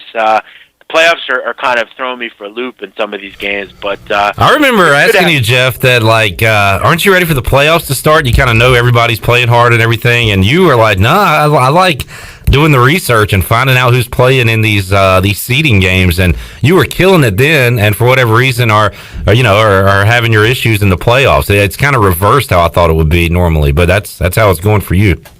Yeah, I definitely missed the bubble. I mean, I was really good in the bubble. I was 12-4 in the bubble. This week, I'm 1-4, so it's been a little tough. I had some tough beats, though. Real quick before I go, Clip, the Philadelphia 76ers have quit. They cannot guard Jason Tatum, so if you could find some good points, rebounds, props. I think Jaylen Brown's also a good points, rebounds prop. With Gordon Hayward out, Jaylen Brown has a bigger role in this offense. The Sixers have quit. They're completely done. It wouldn't surprise me if they get swept. It's new regime time in Philadelphia. We're sick of waiting for it. Yeah, if Brown's back, I don't know if Jeff will be able to contain himself. If Brown's back, I will quit Twitter and I will become here's what I will do. I will quit Twitter and I will go into the priesthood. All right, there you go. That's going to be interesting. All right, well, good luck, Jeff. Hopefully, Brown's gone because I want to keep seeing your entertaining Twitter tweets. So he's all right, Jeff. Thanks, man. Have a great weekend. We'll talk to you next week. Same to you guys. The BMOC, Jeff Nadeau, joining us with possibly a new career in the works if Brett Brown is retained by the 76ers. Let's take a time out. We'll come back. Hey, good news. Remember those canceled baseball games I talked about in hour number 1? They're on. I was given some information that somebody had looked at an old email, but the Marlins will be... That somebody was me. I will own it. The Marlins will be playing tonight against Chandler's Nationals, and also the Orioles are playing against Shirley's Red Sox. This is how bad I didn't want the Red Sox to play. Yeah, you tried to cancel their games. I tried to cancel their games. No, and even though the Red Sox beat them the other night. Yeah. But, I screwed up. I was doing a search within my email to try to find an older email, and I misread. Those pesky old emails popping up. Get you every time. All right, we will take a time out, come back, and have more for you on Pirate Radio Live. We're back after this. Hi, this is Jeff Charles, and welcome inside the booth. Name, image, and likeness. Get ready, it's coming. I'll have some thoughts next. Baltimore Orioles baseball. The pitch to Alberto is driven out to left field and deep. This one is back, and this ball is out of here. Home run for Hanser Alberto. Attacking on a 2-0 pitch. He sends it over the State Farm sign in left center field. Alberto, it is his second home run in as many nights. Catch all the O's action right here on Pirate Radio, your home of the Baltimore Orioles. We're about a year away from college athletes being able to profit from their name, image, and likeness. What does that mean? Well, let's say a popular ECU football, baseball, or basketball player gets a call from an auto dealership and wants that athlete to come to the dealership and sign autographs. Maybe sell his jersey. Who knows what that player might make during an appearance? And guess what? That money will now legally go right into his pocket. I read a story recently in the Detroit Free Press about a high school basketball player in Ypsilanti, Michigan. His name is Imani Brooks, a rising junior. He's committed to Michigan State if he does play as a freshman for Tom Izzo and the Spartans. Agents are saying, get this, he will make $700,000 to $800,000 in his freshman year in East Lansing by marketing his name, image, and likeness. Get ready, it's coming. Come on back again next time and we'll visit inside the booth. Are your workouts more fun than this? Well, if they are, then I want to sign you to an endorsement deal with Michelob Ultra. I'm looking for anyone and everyone who makes working out a blast. If that's you, head to TeamUltra.com for a chance to score awesome perks like Team Ultra gear and more. That's TeamUltra.com to enter. No purchase necessary. Open U.S. residents 21 plus. See official rules at TeamUltra.com. Message and data rates may apply. Void where prohibited. Enjoy responsibly. AB Michelob Ultra Light Beer, St. Louis, Missouri. Hey, Pitt County Schools families, the month of August is here and school will certainly be different this year. If you are starting school 100% virtually or are attending school face-to-face on alternating weeks, we are looking forward to resuming the purpose of our system, and that's the education of the children in Pitt County in an excellent and a safe manner. For videos with our leaders, FAQs, and so much more information to answer your questions, visit our Road to Reopening page on our website at pittschools.org or keep up with us on Facebook, Instagram, and Twitter. Remember, we'll face this upcoming school year together because we are Pitt County Schools strong. There's nothing like Pirate Game Days. He's got the ball. He starts right. He goes left, and there he goes. 10, 5, touchdown Pirates. Home Ahlers takes it in from 21 yards out. The sight of a tailgate. The roar of the crowd. Support the Pirate Club and buy your season tickets today by visiting ECUPirates.com. We're in this together. All hands on deck. One Pirate Nation. If you are push mowing your yard using an inefficient lawn tractor or your current zero-turn spends more time in the shop than mowing your grass, it's time you look at a Hustler zero-turn lawnmower. Residential mowers from Hustler are built like tanks and drive like sports cars. All Hustler mowers have fabricated, welded steel decks. Don't settle on cheap units with flimsy stamped decks from big box stores. Come see Ron Ayers Motorsports. It will guide you to the right mower for your property and your budget. Find us at Ron Ayers Motorsports, Highway 11, north of the airport in Greenville. We're midway through bath time, and 2 medium, 2-topping Domino's pizzas for $5.99 each have begun their drive to the Smith's front door. That's a GPS-enabled custom delivery alert, folks. The newest improvement to the Domino's tracker, saying Domino's will be there in 2 minutes. They're calling it audible. Bath time's now rinse time. They've got 1 kid dry, 2 kids dry. The pizzas are here. They made it to the door. The kids are clean enough. The new Domino's tracker with GPS worked again. 2-item minimum. Pan pizza will be extra. Ask for this limited time offer. Prices, participation, delivery area, and charges may vary. Hi, this is Phil Steele of Phil Steele's College Football Preview Magazine, and you're listening to Pirate Radio, the voice of Pirate Nation.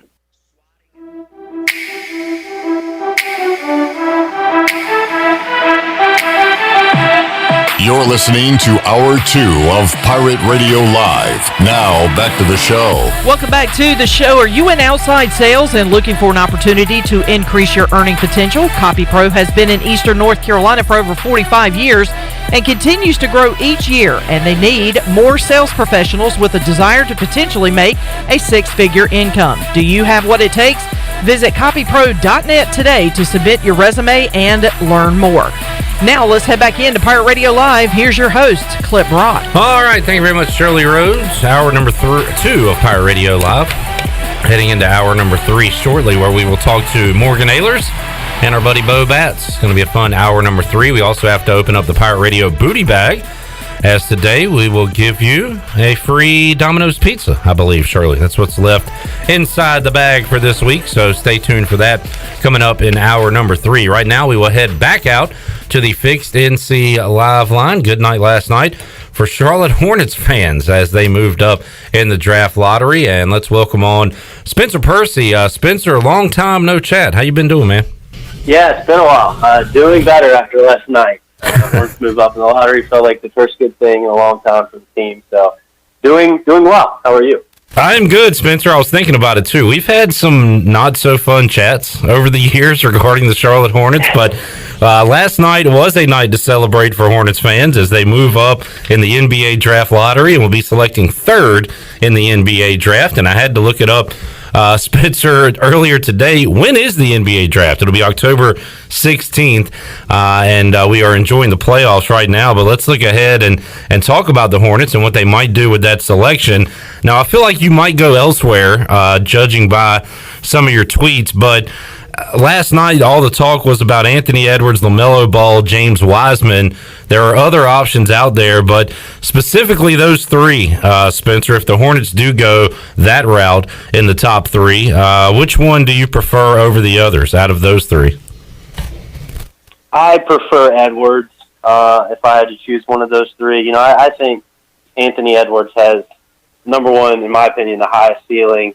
I think he's going to, his worst-case scenario is he ends up being a really good defender in the NBA. If the offensive game never comes online in terms of him being able to, play in the pick and roll and play with the ball in his hands and, be a number 1 or number 2 option in a good offense. If that doesn't happen for him, his body, his athleticism, his quickness, his wingspan, all those things should eventually come together and make him a really solid NBA defender. So I like him as a number 1 there.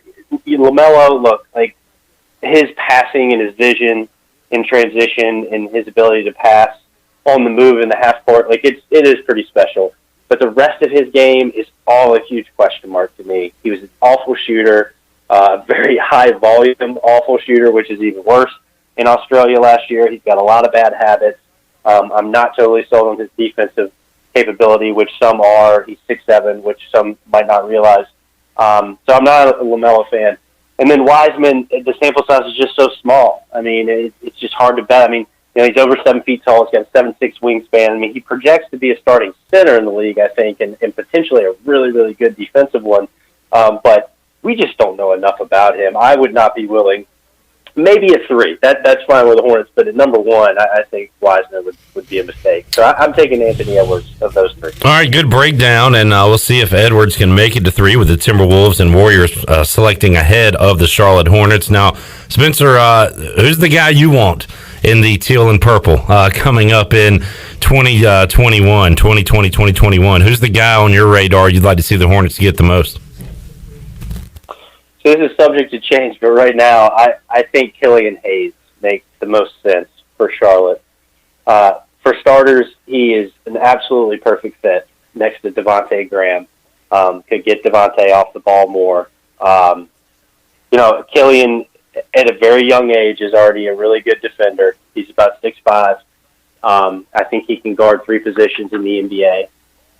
At most, very competently, at least the number 1 and 2 positions. He's definitely a point guard, and he's definitely going to be a lead ball handler in the NBA. He's got great vision. He's got phenomenal IQ. He's very creative with the basketball in the half court. His shot, the numbers look similar, maybe shooting numbers to LaMelo, but I think he's a much better, more capable shooter than LaMelo is. Killian's a left-handed player, so his shot looks nice like most left-handers. But he didn't make a lot of them last year. He's got a really nice step-back game going to his right. I believe in his shot. I think that does eventually come online. And then just his ability to operate in transition and in the half-court efficiently as a lead ball handler, I think really the sky's the limit for him. He played in the first division in France last year on a middling team. They were right in the middle of the pack in that league. But he's been playing professionally since he was 16 years old. We really started to see him turn a corner last season overseas, and I think he's the prospect that everybody's sleeping on this draft right now. I think he's more than worthy of a top 3 pick. All right, there's the pick from Spencer Percy, subject to change, as he said, and a lot will change. There will be a million mocks between now and then, Spencer, and I was reading one earlier today, and it had Charlotte taking the big man out of USC. You can help me with the name there. But, again, there's going to be a lot of... Yeah. Onyeka Okongwu. Okay. Another great player. I think 3 is a little high, but he's kind of a can't miss. Very safe pick in the top 10.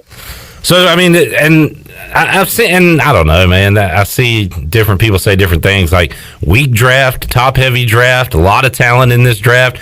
Like, where do you stand? I mean, it seems like a lot of these guys you've talked about are really going to help teams hopefully right away when it comes to the Charlotte Hornets anyway. But do you like this draft class? Is this a good draft to be top 3 in?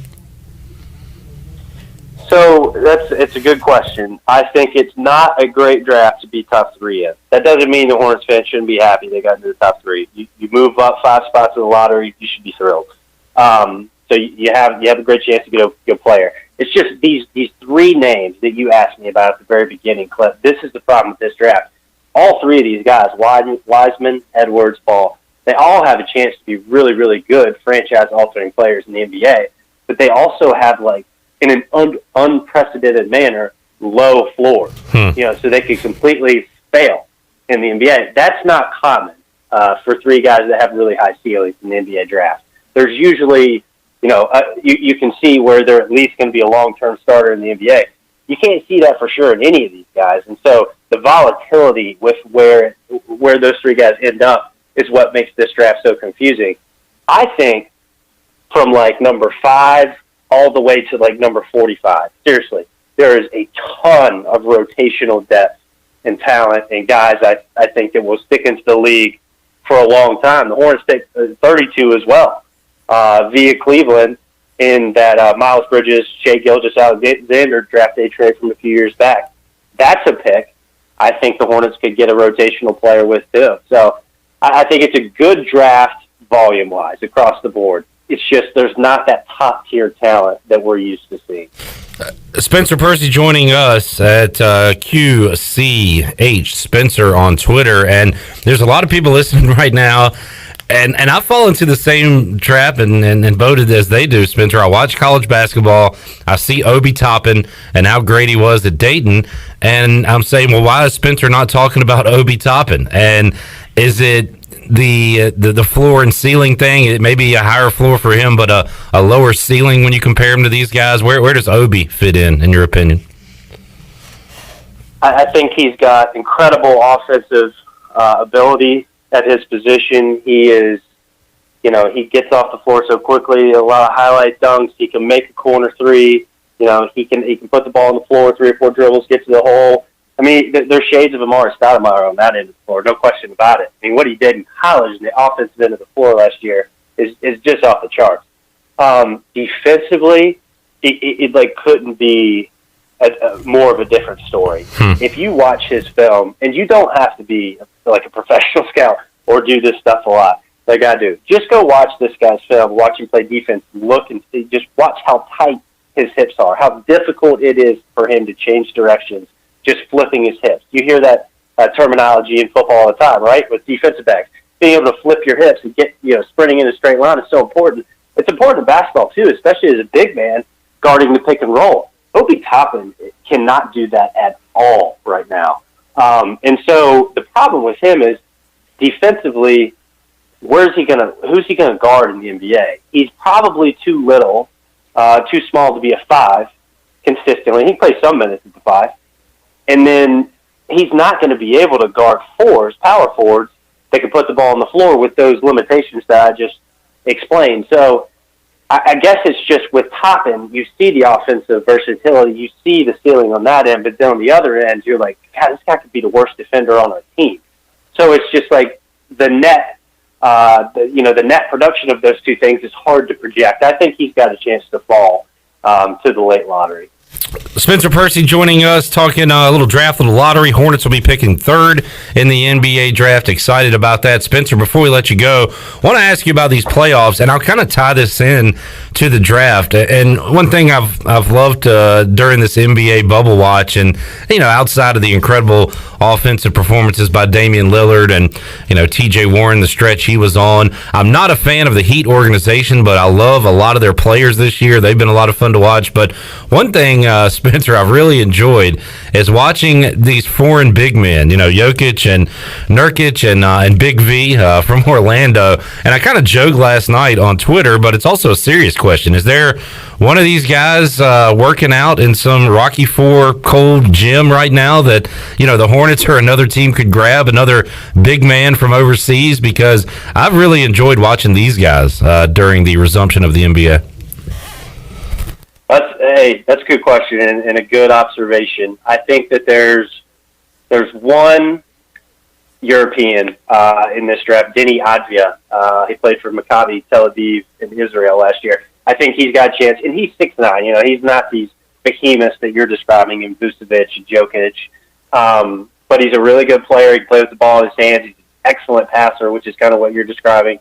So he's a name I would keep an eye on. But really, not any other bigs, European bigs in this year's draft that is going to be anywhere close to the production that those players have given you. Another name I would bring up, though, Killian Tilly. He played at Gonzaga in college. He's mocked in the mid-second round, kind of like where Jokic was drafted. And most of that is because of his age. He's already 22 and a half years old, and because he battled injuries at Gonzaga. But he has got a chance to be, and you're talking about a big, they can pass it, they can stretch the floor and shoot it, pick and pop ace. That's a name I would keep an eye on. Spencer Percy joining us. Spencer, how about these playoffs? What has caught your eye? A couple of early round upsets that we've seen, but the favorites will bounce back and probably move on from there. But what are the storylines right now with you that you're following regarding these playoffs? Man, it's been a lot of fun so far. Some series have been disappointing. I think I expect a little bit more out of Indiana. I thought that could really be an alleyway fight for 7 games between those two teams. And Miami is shooting the ball at such a high level right now. I think they're going to win that series in 5 games, probably at most. The storyline should be right now Dallas.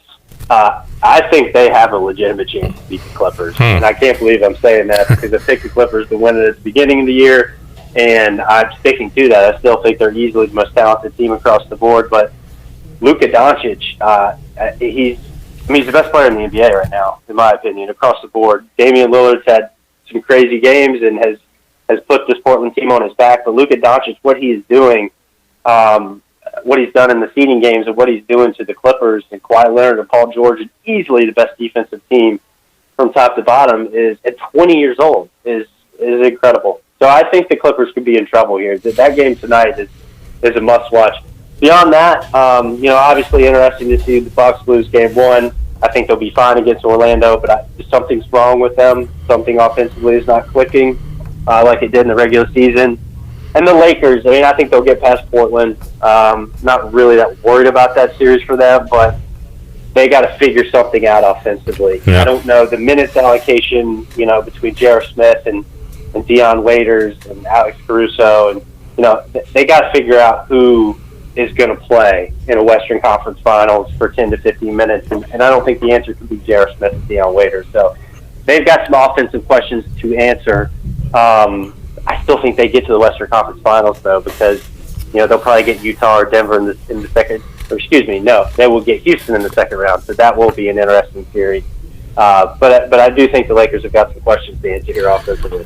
Their mop-up lineup last night was incredible. Usually you see rookies you've never heard of or kind of journeyman players. They had all former All-Stars, old veterans out there playing when the game was over. And maybe it was what you were talking about there. They wanted to see how these guys played together and if they could, play key minutes in the playoffs. But to be up 30 and to run out the clock with, Howard and J.R. Smith and Dion Waiters, I found it pretty comical watching that last night.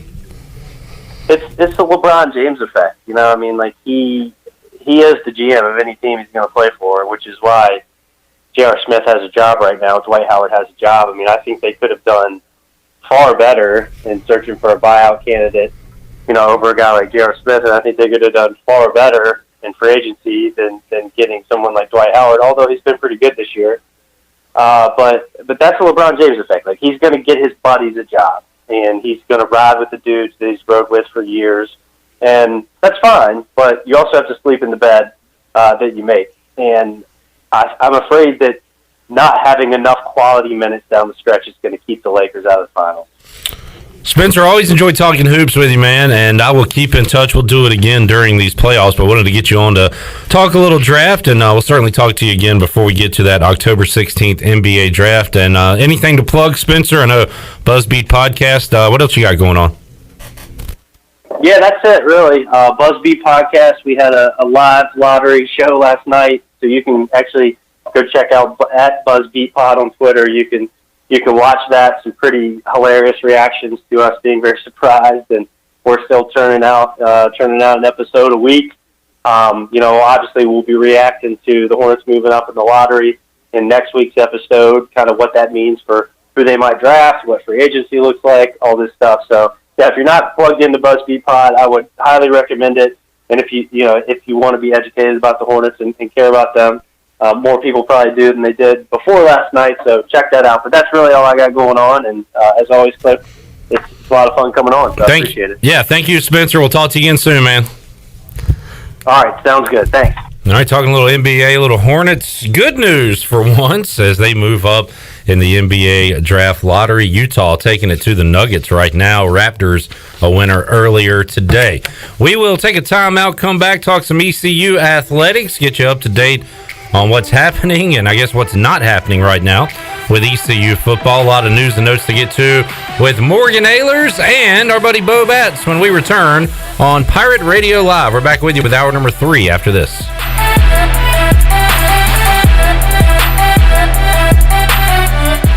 In studio with Mike Mullis from Fixed NC. And Mike, you guys have a disinfecting service for homes and businesses. Yes, we have a 2-step process that includes disinfecting and also provides 30 days of protection to all surfaces treated. We're doing this for 10 cents a square foot in businesses and $10 a room in your home. Mike, how can folks get in touch with you? Call me directly at my cell, 252-999-0001. Again, 3 9s, 3 zeros, and a 1. Or fixednc.com. With rates being historically low, now is the best time to buy or refinance your home. This is Talbot Green with Angel Oak Home Loans. Now is the time to take advantage of the opportunity to buy more home or refinance your current mortgage. The combination of our local team's experience and Angel Oak's wide offerings of products from standard conventional, government, and portfolio loans has something for most financial situations. For more information, call Talbot Green, Joanne Weir, or Wanda Hager at 751-2060. NMLS 1719250 and 685-842.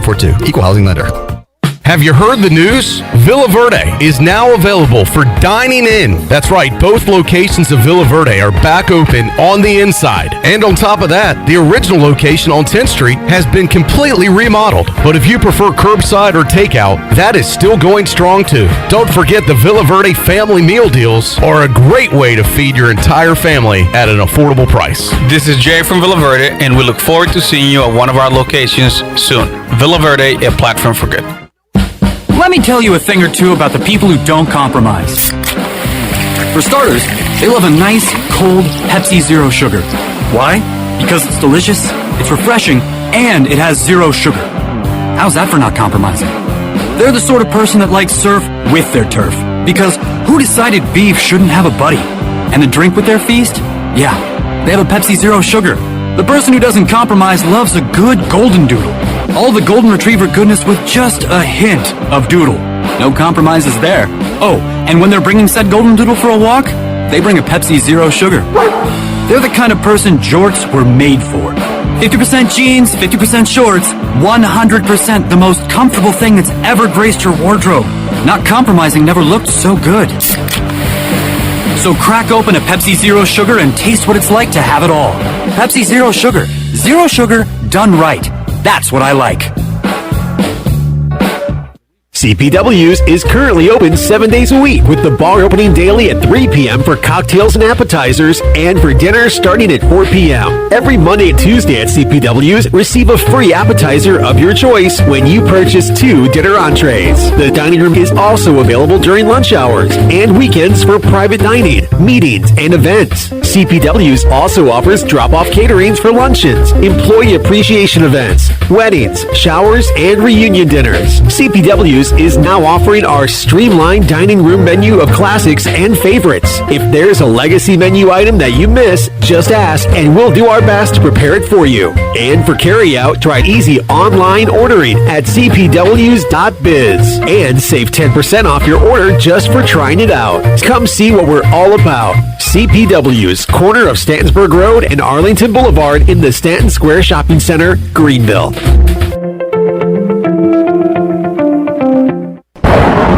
Summertime is here with hot temperatures, thunderstorms, and hurricanes. It's easy to recognize pests invading your home, but a lot of people forget about moisture destroying your home's crawl space. Pest Tech is celebrating its 20th year protecting your homes using dehumidifiers, professional-grade liners, and most importantly, our licensed and highly trained technicians. Visit pesttechofgreenville.com for a free estimate on moisture control and the other silent destroyer, termites. Trust your home to the best. Pest Tech of Greenville, your East Coast exterminating professionals. This is Pirate Radio, WGHB Farmville, 1250 and 92.7 FM Greenville, WDLX Washington, 930 and 104.1 FM Washington.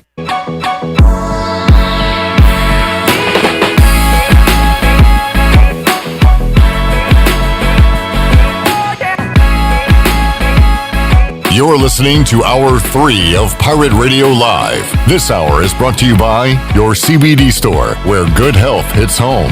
Visit your CBD store today on Arlington Boulevard across from the mall. Now, back to the show. Welcome back. Does the idea of going to your local U.S. Cellular store make you feel a bit uncomfortable? Tired of the hassle of waiting and wearing a mask? Let Toby Williams and his outside sales team take away that worry.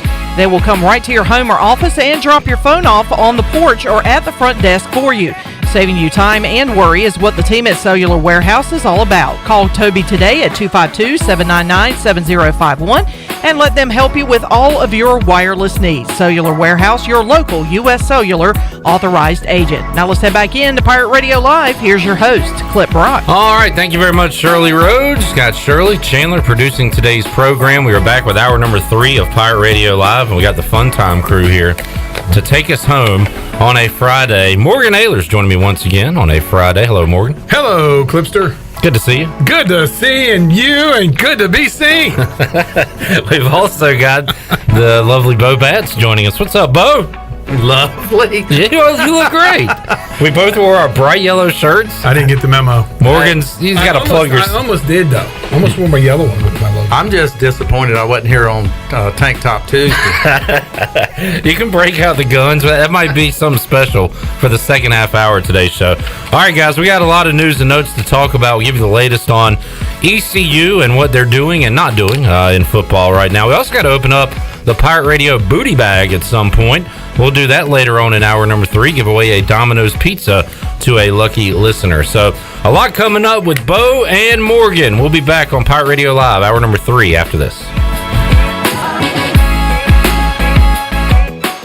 Hey Pirate Nation, this is Troy D. Proud to be co-founder, one of the owners and operators of Pirate Radio. As we launch into our 18th year in business, we have a lot of exciting news to share. Our afternoon drive show, PRL, Pirate Radio Live, has a new look and is now streaming live every day from our brand new digital studio from 3 p.m. to 6 p.m. You can find us on our Pirate Radio YouTube page and our Facebook page, plus our website, pr927fm.com. If you're in your car, put us on 92.7 FM in Greenville or 104.1 FM in Washington. The new and improved 3-hour PRL is hosted by Clip Rock and Shirley Rhodes and will feature the latest breaking news, awesome guests, and your favorite Pirate Radio personalities like The Voice Jeff Charles, Brian Bailey, Stephen Igoe, Billy Weaver, Brian North, Tony Collins, Bryce Williams, Ronnie Woodward, Morgan Ahlers, Mike Mullis, plus LRB and myself. Give us a follow on social media at PR927FM and get the latest programming updates, guest alerts, and breaking news. Thank you for your loyalty and your support, and we hope you enjoy the new and improved Pirate Radio, the voice of the Pirate Nation.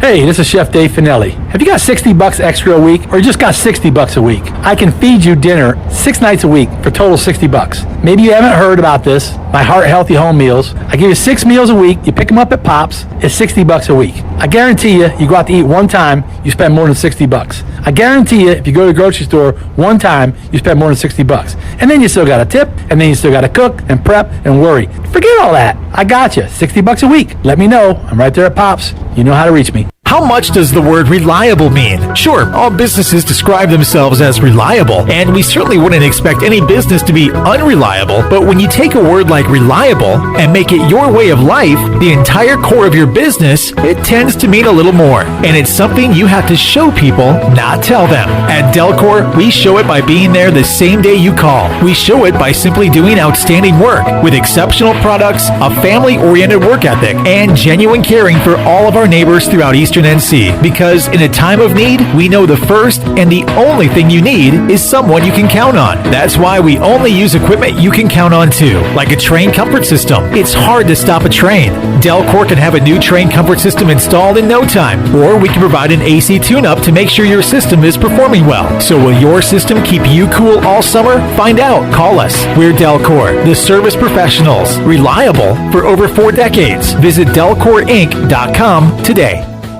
North Carolina state parks are now open for visitors. Parks should be used for exercise, fresh air, getting out in nature, or a day trip as the state safely reopens. Visitors should enjoy themselves, but please remember the 3 W's. Wear face coverings, wait 6 feet apart, and wash your hands often. Focus on moving through the park, keep social distancing in mind, and avoid large groups. While most facilities and activities will be open, please contact any state park before your visit with questions or visit ncparks.gov/open. Are you trying to reduce clutter? Want to save a tree? Greenville Utilities can help. E-bill is a simple solution. Imagine getting an email letting you know your bill is ready. And with a few clicks on your computer or smartphone, you can review and pay your bill. It's just that easy. Signing up is simple. All you need to do is to log on to your account at guc.com and update your contact information and e-bill setting. You can even continue to receive a paper bill if you'd like. E-bill from Greenville Utilities. Just one of the ways GUC is here for you. Feeling the heat? Then get out of the kitchen. Jersey Mike's has you covered all summer with fresh cold sliced subs. Perfect for parks, picnics, and patios. Order through our app for no contact pickup or delivery. Jersey Mike's. Be a sub above. This summer, may your days be long, your cannonballs large, and your subs giant. Order Jersey Mike's for your next backyard adventure. Just use our app for no contact pickup or delivery. Jersey Mike's. Be a sub above. Pirate Radio 1250 and 930. And you write that down, because when you're at East Carolina, you go for it every time. Or you don't coach at East Carolina, you don't come to East Carolina, you don't play at East Carolina with a weak heart. Write it! The voice of the Pirate Nation.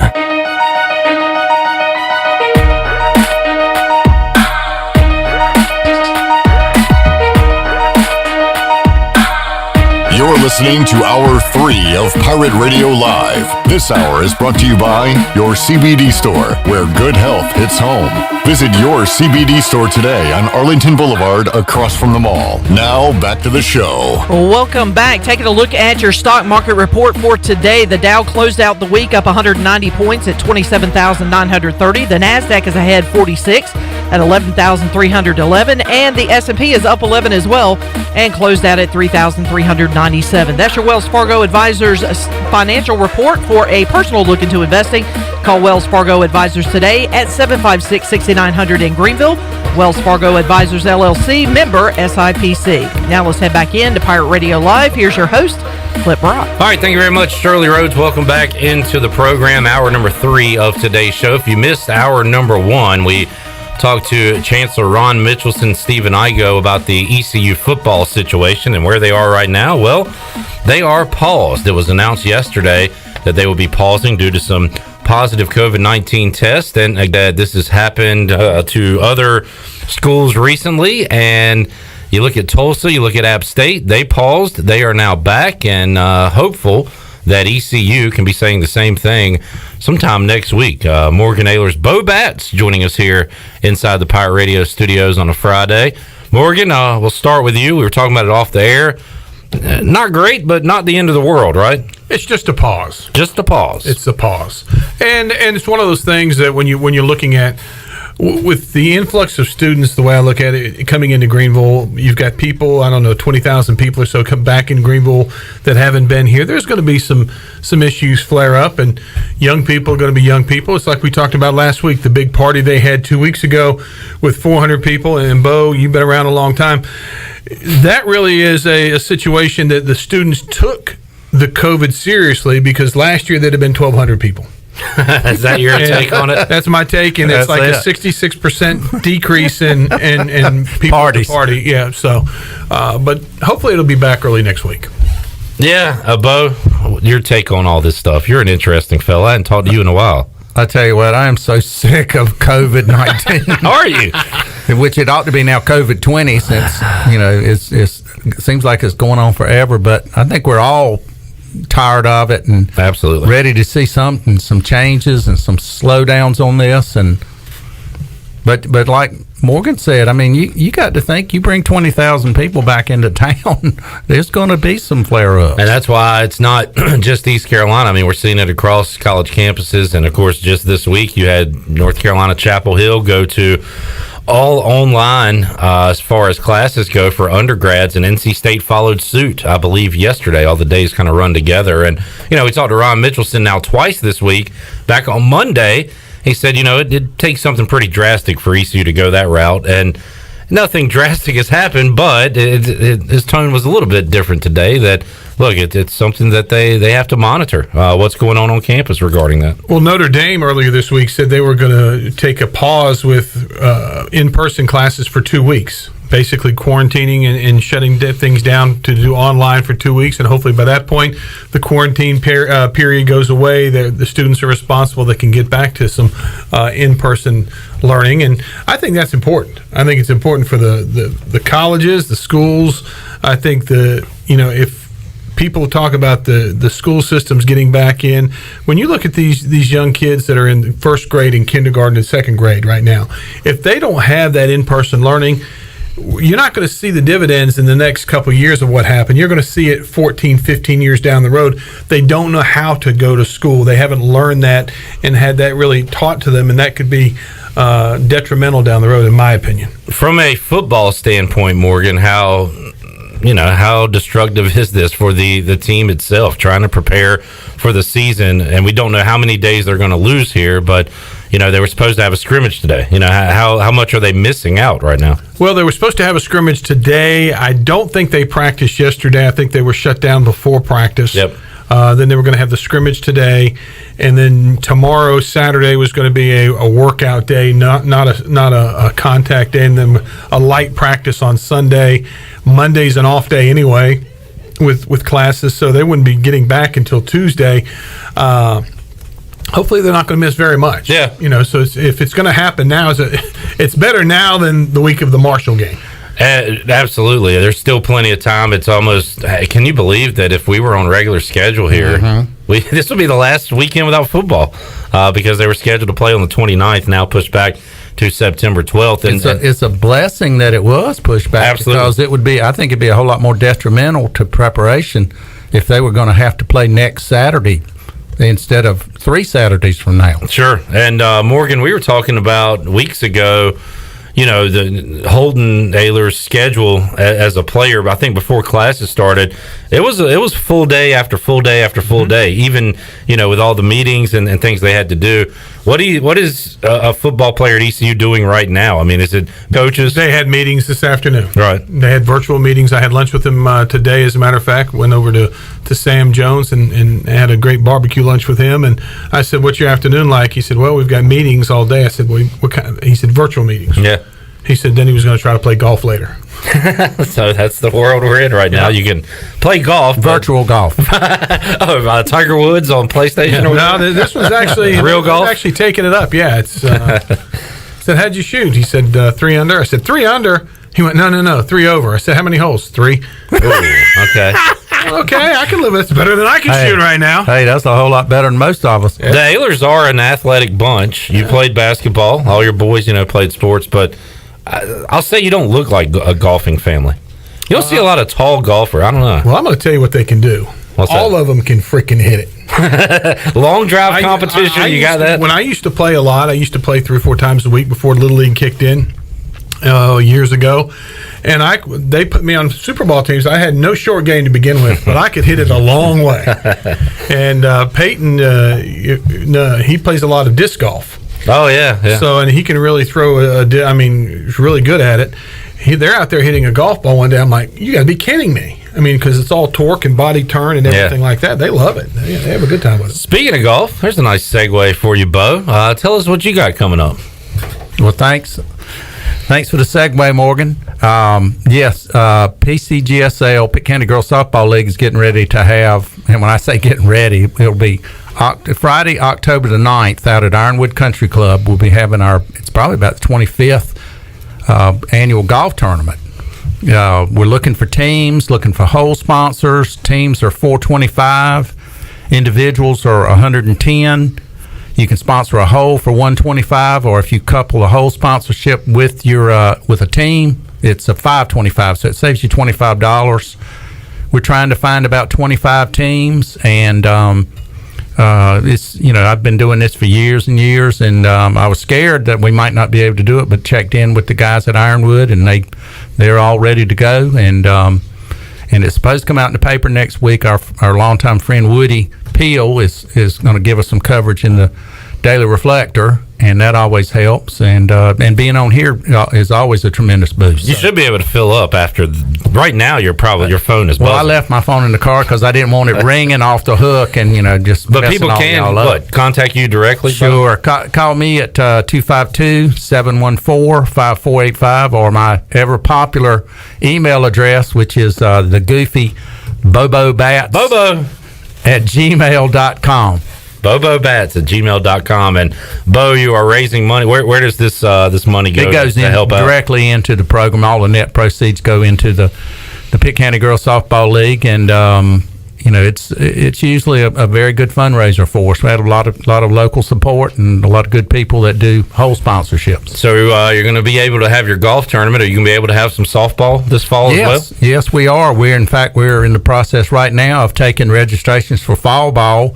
That'll go on probably for about another 3 or 4 weeks, where we take the registrations. All you have to do is go to pcgsl.org. and it'll walk you through the whole process. I think the cost is $70 or $75, and should be a couple of months of games and practices, and a lot more emphasis on instruction and fun in the fall. Not so serious as competition and trying to win a championship or whatever like that. So we encourage anybody, and is open to anybody in Eastern North Carolina. We don't have any territorial restrictions for fall ball, so if your child's willing to make the ride from Rocky Mount or Williamston or anywhere like that, hey, get online, and we'd love to get you signed up. Still playing out at Sarah Law Complex? We are. We've been out there since '98 now, believe it or not. Wow. This is our 21st season out there. Time does fly. I was young. I was 6 years old when we opened there. Just a young tyke. And Bo, pandemic or whatever, they can't get rid of you and the Pitt County Girls Softball League. No, they've tried to get rid of you. I am the pandemic. I am the Pitt County Girls Softball League pandemic. You are a staple, Bo. I'm COVID 66. So. All right, good stuff there. We'll recap that before we let you out of here. Thank you, man. Shirley, let me bring you in once again. Let's get to the story. I'd like to hear Morgan's take on this. So yesterday you were reading that they're going to have a college football poll this year. Just to remind folks, no Big Ten, no Pac-12, no MAC, a lot of conference schools not playing, but the SEC, ACC, Big 12, AAC, Sun Belt, and Conference USA are all in. BYU is in. Army is in. But they're still going to do a poll. And Shirley, you read something yesterday that made me chuckle and made you a little upset. What was that? Well, it was actually a tweet by Brett McMurphy. He received a ballot for the AP Top 25, and by the way, the first poll will be released on Monday. Okay. And the ballot included, it said to vote for even the schools that are not playing football this season. WTF. So week 8, Ohio State 0-0. Wait till Friday. How do you have a poll with teams not playing in it? Hopefully the voters are at least smart enough to only vote for what they're watching on Saturdays, on the weekends, and not putting Michigan and Ohio State and these teams in there. WTF, is that West Texas of Fredericksburg? No, actually, it's the Washington football team. I just had the letters mixed up. Washington team football. Yeah. Just checking. Is UCLA, are they in it? I don't know. They're allowing it. University of Chowan, located near a Husky. I mean, none of it makes any sense. Why would you include schools that are not playing, especially the ones that are playing up in the spring? That makes no sense. Make two polls if you're going to do the ones in spring. It actually makes a lot of sense. It's dollars and cents because they printed them out probably in June, and they sent them out anyway. They just didn't want to reprint something. I still call BS on that. But when the first poll comes out, I mean, are we going to see like Oregon and Washington and Ohio State and teams that aren't even playing on it? Probably so. Well, by the end of the year, 0-0 will still be going for the national championship. We still got the Buckeyes in at fourth at 0-0. Yeah. It's just. But then you have the question now in the AP poll: do they release who voted for who? I don't recall. I don't know. I don't recall because this has been like the secondary or third poll for the last few years. Now it's the only poll. But if you're going to say, okay, Clip, here's your Brett McMurphy, here's your poll, your top 25. Who are you voting for? And if Brett votes for Ohio State every week, what's up? I think the coaches poll is public. I believe. Yeah, the coaches poll is public. The coaches poll has as many coaches voting for it as you and I voting for it. Tom McClellan votes for ECU, right? I remember. I don't know if that's true. We're coming back on the team plane one time, and it was during the Logan years. I think Norm Riley was the SID for East Carolina, and he's sitting there filling this chart out. I'm looking. I said, Norm, what you doing? He said, I'm voting in the coaches poll. I said, you're voting in the coaches poll? He said, yeah. I said, didn't Logan supposed to do that? He looked at me and said, yeah, right. Yeah, there's no way Logan was messing with that. No. I would love to see. I bet he would have had an eclectic coaches poll. Steve Logan. There ain't no telling who he'd have where. But I thought that was interesting that they're going to have a poll and you can include teams that aren't even playing football. I think this is the closest you're ever going to get to seeing schools that you wouldn't typically see in a top 25 show up in a top 25. I think that's why it'd be great. And that's why I think it would be fantastic. How many Americans? Why would you include schools that are not playing until the spring? That makes no sense. You'd have, Morgan, 4 or 5 AAC teams? Cincinnati, UCF, Memphis, maybe SMU. Yeah, at least. And then East Carolina by the end of the year will be in it. Absolutely. But by week 4. Week 5. Okay, week 5. We'll give them week 5. I'm going to give them week 5. Other news, Shirley, we've been updating it every day that BYU filled out practically their entire schedule this week. They have added a ton of games, including one more today, right? Yeah, they're going to host Western Kentucky on Halloween. Did you see, Morgan, that their defensive coordinator was asked about his experience facing the option, and he said he didn't have any? And they opened up with Navy and Army. Oh, God. Good luck, right? So he will be replaced in week 3. Well, they actually might do pretty good because apparently the guys that have had a lot of experience facing the Wishbone haven't done so well against it. So. We made that joke yesterday that maybe that's the way to go into it because here at ECU we haven't had any success. The way to beat Army, the way to beat Navy is you have to score early, get in front of them, and force them to throw the football. And last year it was 3-and-out touchdown. The game's over in the first quarter. Pretty much. When you get down. Because they're going to run the ball every other down. So. And kill that clock. Any other news today, Shirley? This has been, ECU's on pause, and it seems like the college football news has kind of been on pause as well today. Yeah, other than the big news, which was the Kentucky Derby, because they announced that they will not have fans on September 5th? Yep, it's the 5th. September 5th. Originally, they were going to have just a limited number of fans. They're not going to do that. They changed their mind. UTEP added a couple of teams today. They added Stephen F. Austin. That will be the third football game that will be played on September 5th. And then we are less than 2 weeks away from 3 football games.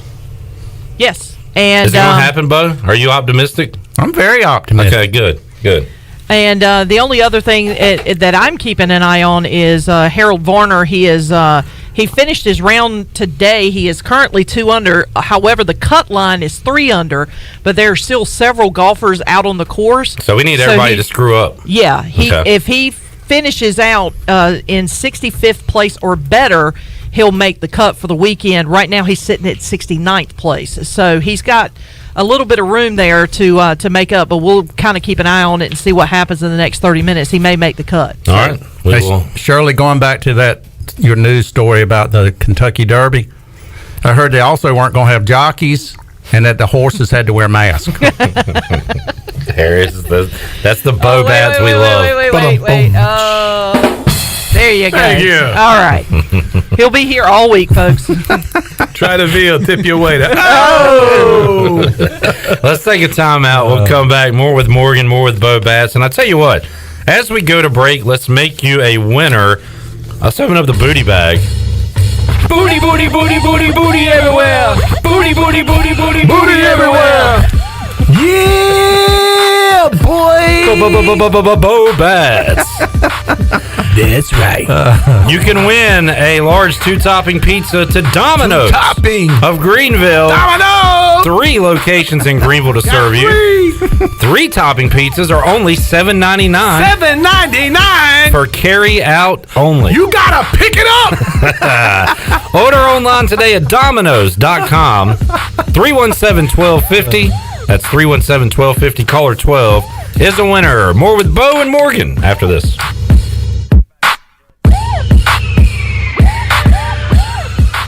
Hey Pirate Nation, this is Tom Brown from Brown & Wood Buick GMC Truck. We've been serving the Pirate Nation in Eastern North Carolina for 83 years. We have 4 brands, 3 generations, 2 showrooms, and 1 goal to make sure you leave a happy customer. This month at Brown & Wood, save over $9,000 off on the all-new 2020 Buick Envision. Remember, Brown & Wood is the home for the lifetime powertrain warranty for all makes and models. We're located on Greenville Boulevard next to the Convention Center, or shop us online at brownandwoodauto.com.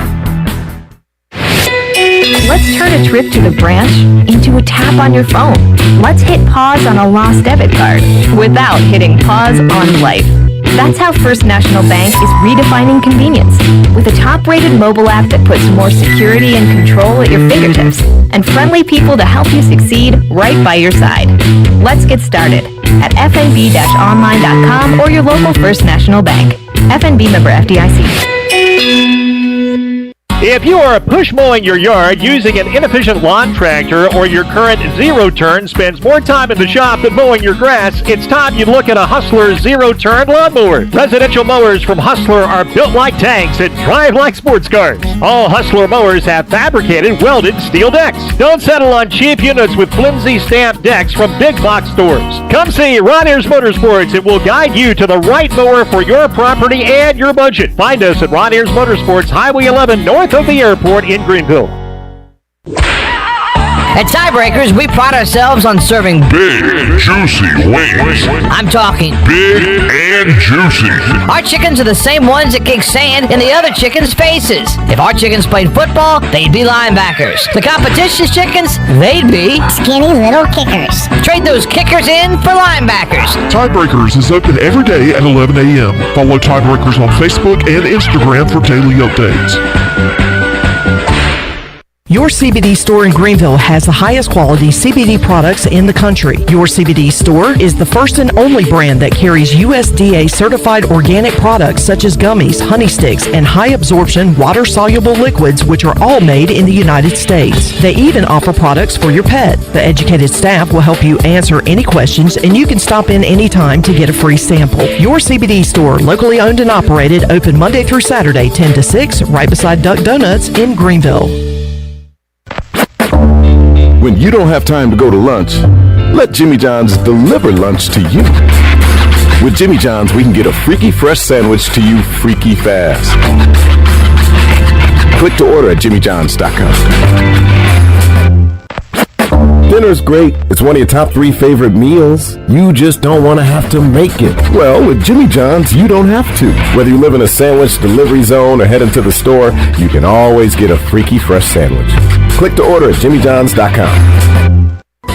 Have you ever seen those exotic aquariums like the guys do in Las Vegas on television? You ever thought about having one of these aquariums in your business? It's more affordable than you think. This is Hal Pruitt with rentafishtank.com. We can make having an aquarium in your business turnkey with no work, cleaning, or hassles for you. Rentafishtank.com creates a relaxing atmosphere and keeps children occupied. Rentafishtank.com already services many dental, pediatric, and doctor offices, plus hospitals and senior living centers. Check us out at rentafishtank.com. Let us help you get back to business. This is Donald Stocks and Justin Judge of PIP of Eastern North Carolina. We're ready to assist your business with branded PPE. Would you like face masks with your logo? We can do that, plus custom social distancing signage. Now is the time to ramp up your marketing efforts. Whether it's cutting edge, contactless, touchless marketing, or traditional direct mail, we can do it all. We are PIP of Eastern North Carolina. This is Coach Steve Shankweiler, offensive line coach for East Carolina University football, and you're listening to Pirate Radio, the voice of the Pirate Nation.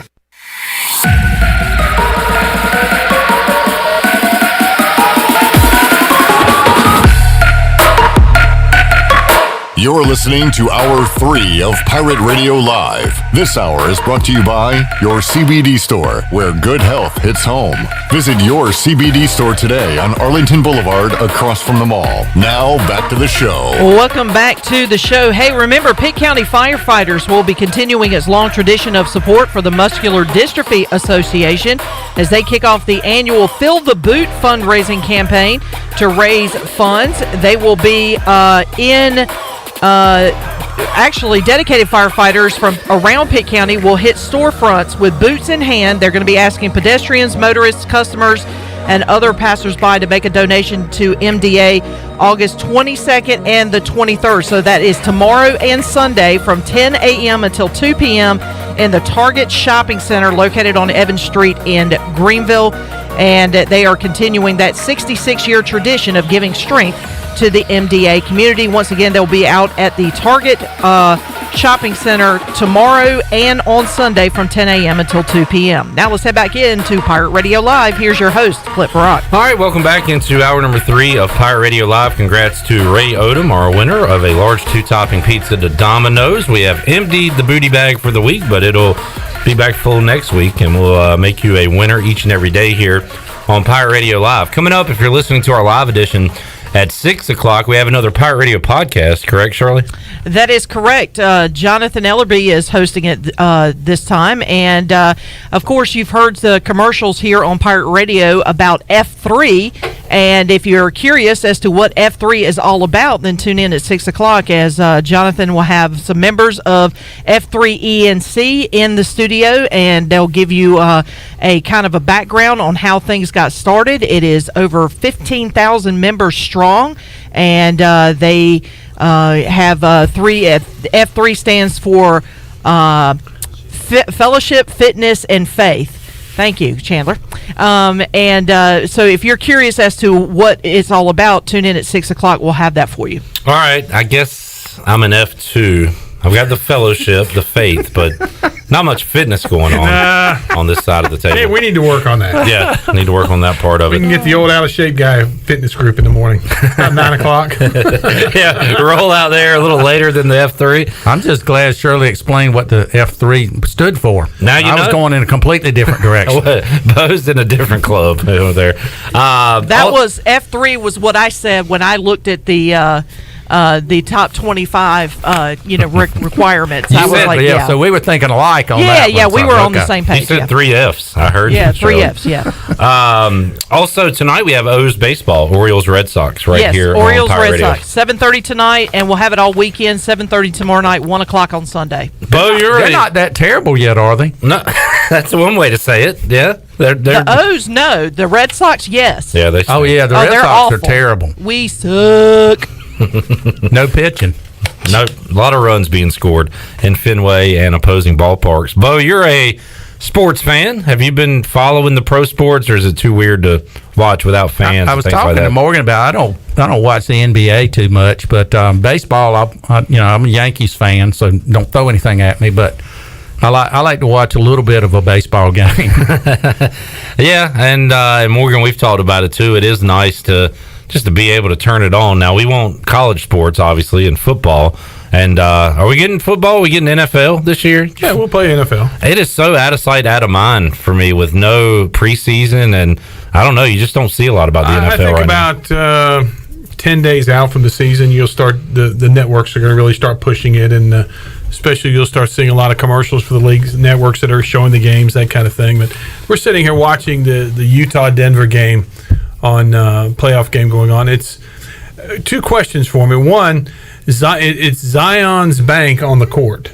I know he signed a big contract last year. He's already got a bank. He's already got a court named after him, named after his bank. Well, all that money Duke gave him, right? Helped him out. That got him started. Money. He started that with Duke money. That was the deposit, and now he's got another. What's your other question? And the other thing is the virtual fans that they've done there. I think they've done a really good job because there's a visual aspect to it. You're running up down the court and you see movement behind, and you can hear the fans. And we were talking about this before we came on the air that WWE is going to be doing that at the Thunderdome in Orlando. We saw some pictures of it where they're going to have virtual fans, and from what I understand, they've made the fans that are going to be on the TV sign waivers saying they can't have any AEW other merchandise other than WWE. They can't say anything out of line. There's certain things they can say because they're going to be actually piping in the audio from these television sets and these virtual fans. Oh boy. So, and if they do, they can get fined. And Vince is all over. Vince is, but they're going to start going live. I think on Mondays and Fridays for Raw and SmackDown. They're going to be doing those live from Orlando. They've been starting tonight. I believe so. Yes. Yeah. And then they've got the pay-per-view there, and their pay-per-views are going to be there. So interesting take, but they're taking a little page out of the NBA, putting the virtual fans in place. You and your boys have been to Mania, right? You have not. No, I haven't. Griffin and Peyton have been, I think, twice each. Could you imagine you got one of these virtual fan things and you said something you weren't supposed to, and you get a fine in the mail from Vince McMahon? You owe me $5,000. It's like I got in the mail the other day, the tunnel in Virginia in Hampton Roads. You have a fine like 5 years ago. I said, 5 years ago? And I've got I've never seen a ticket. I'm like, how do they... They showed a picture. It was my old vehicle. I'm like, okay.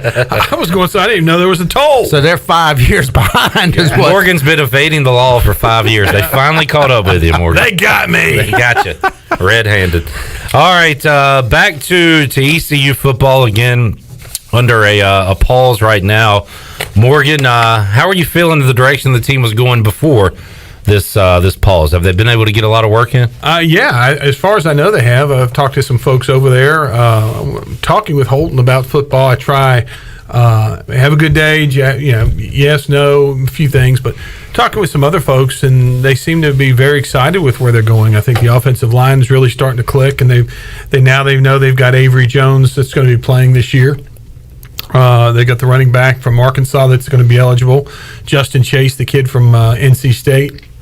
I mean, they've got an offensive line that's probably almost too deep now, which we haven't had that in several years. Yeah, no doubt. And I think that's huge. And the news coming out today that the NCAA is basically going to say that all fall athletes are not using a year of eligibility is a big deal. It's a big deal for a lot of big schools, but it's a big deal for East Carolina when you got kids that had to play early. And now they're basically can play a season and not, still have, in Holton's case, he could have this year and two more. You made the point, too. You're looking at a wide receiver core that's going to be together for 4 years straight almost. 5 years, yeah. And the core that ECU has right now, that is a great thing. So that's a major positive. Also, Mike Houston said earlier this week that, we talked about the defense winning the first scrimmage, the offense coming back winning the second, and he said that there's a nice little friendly rivalry going on between Donnie Kirkpatrick and Blake Harrell right now. And I guess, Morgan, since that's the only competition, and Houston says he's let it go a little bit. He's let the players do a little talking. So it sounds like they've had some spirited meetings with one another. Well, that's a good thing because it shows that the players care about what they're doing. They're taking pride in their respective units, and that's what you want to have. But when it all boils down to is coming in on the 12th and playing Marshall, and those guys pulling for one another, and then the offense starts pulling for the defensive guys, and they pull for each other in practice, just not when they're going against each other. Right. If that makes any sense. Our another resident wrestling fan, Greg, has chimed in with a question. Greg at East Carolina. Won't the Zoom feeds for WWE always be delayed like the NBA? I don't know. I think Vince just wants some extra money to recoup some money from somebody somehow. I don't know how that's going to work. Yeah. I mean, I really don't. And beyond my pay grade, but it'll be a cool look. Yeah. So that'll be coming up tonight on WWE SmackDown. All right. The Thunder. I wonder if Tina Turner is going to show up. Remember Mad Max Beyond the Thunderdome? Yeah, but this time she'd be rolling in a wheelchair. So I don't know. Tina's probably still got moves. Rolling in a wheelchair. Yeah, I think they're bowel movements now, though. All right, Bo's. Shirley has not moved. She's not paying attention. Bo's getting hot. He's heating up, folks. I was talking about Bo's crust. What did I miss? What did I miss? I'm sorry. It's okay, Shirley. Just move I on. was just checking my phone. Sorry. Just more Bo bats. More. Oh, okay. Yeah. I apologize. Bo, I was assaulting Tina Turner verbally. So. Oh my. Bo, I've asked my guest this. Bo said, "Oh my, oh my, oh my." Bo don't need another hero. Bo, what have you been watching during the sports hiatus? Like I asked people this, back in March, April, May, but not having talked to you. What do you watch on TV, Bo? A lot of reruns. And I tell you, I don't watch the news anymore.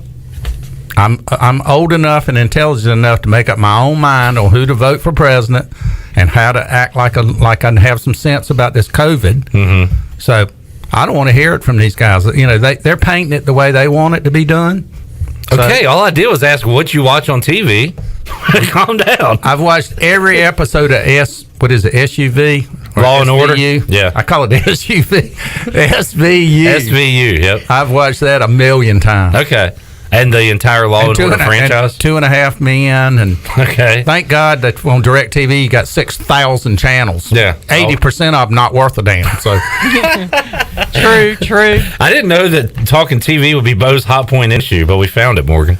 Yellowstone. Watch the show. I have not watched that yet. I'm telling you, Yellowstone's really good. I've heard. Kevin Costner's really good. That's a good show. Yeah, that's a real season finale this week. Okay. Season finale. I need to get on that. Yeah. On what's the network called? Paramount. Yeah. Also Frontier on Netflix. Okay. Jason Momoa.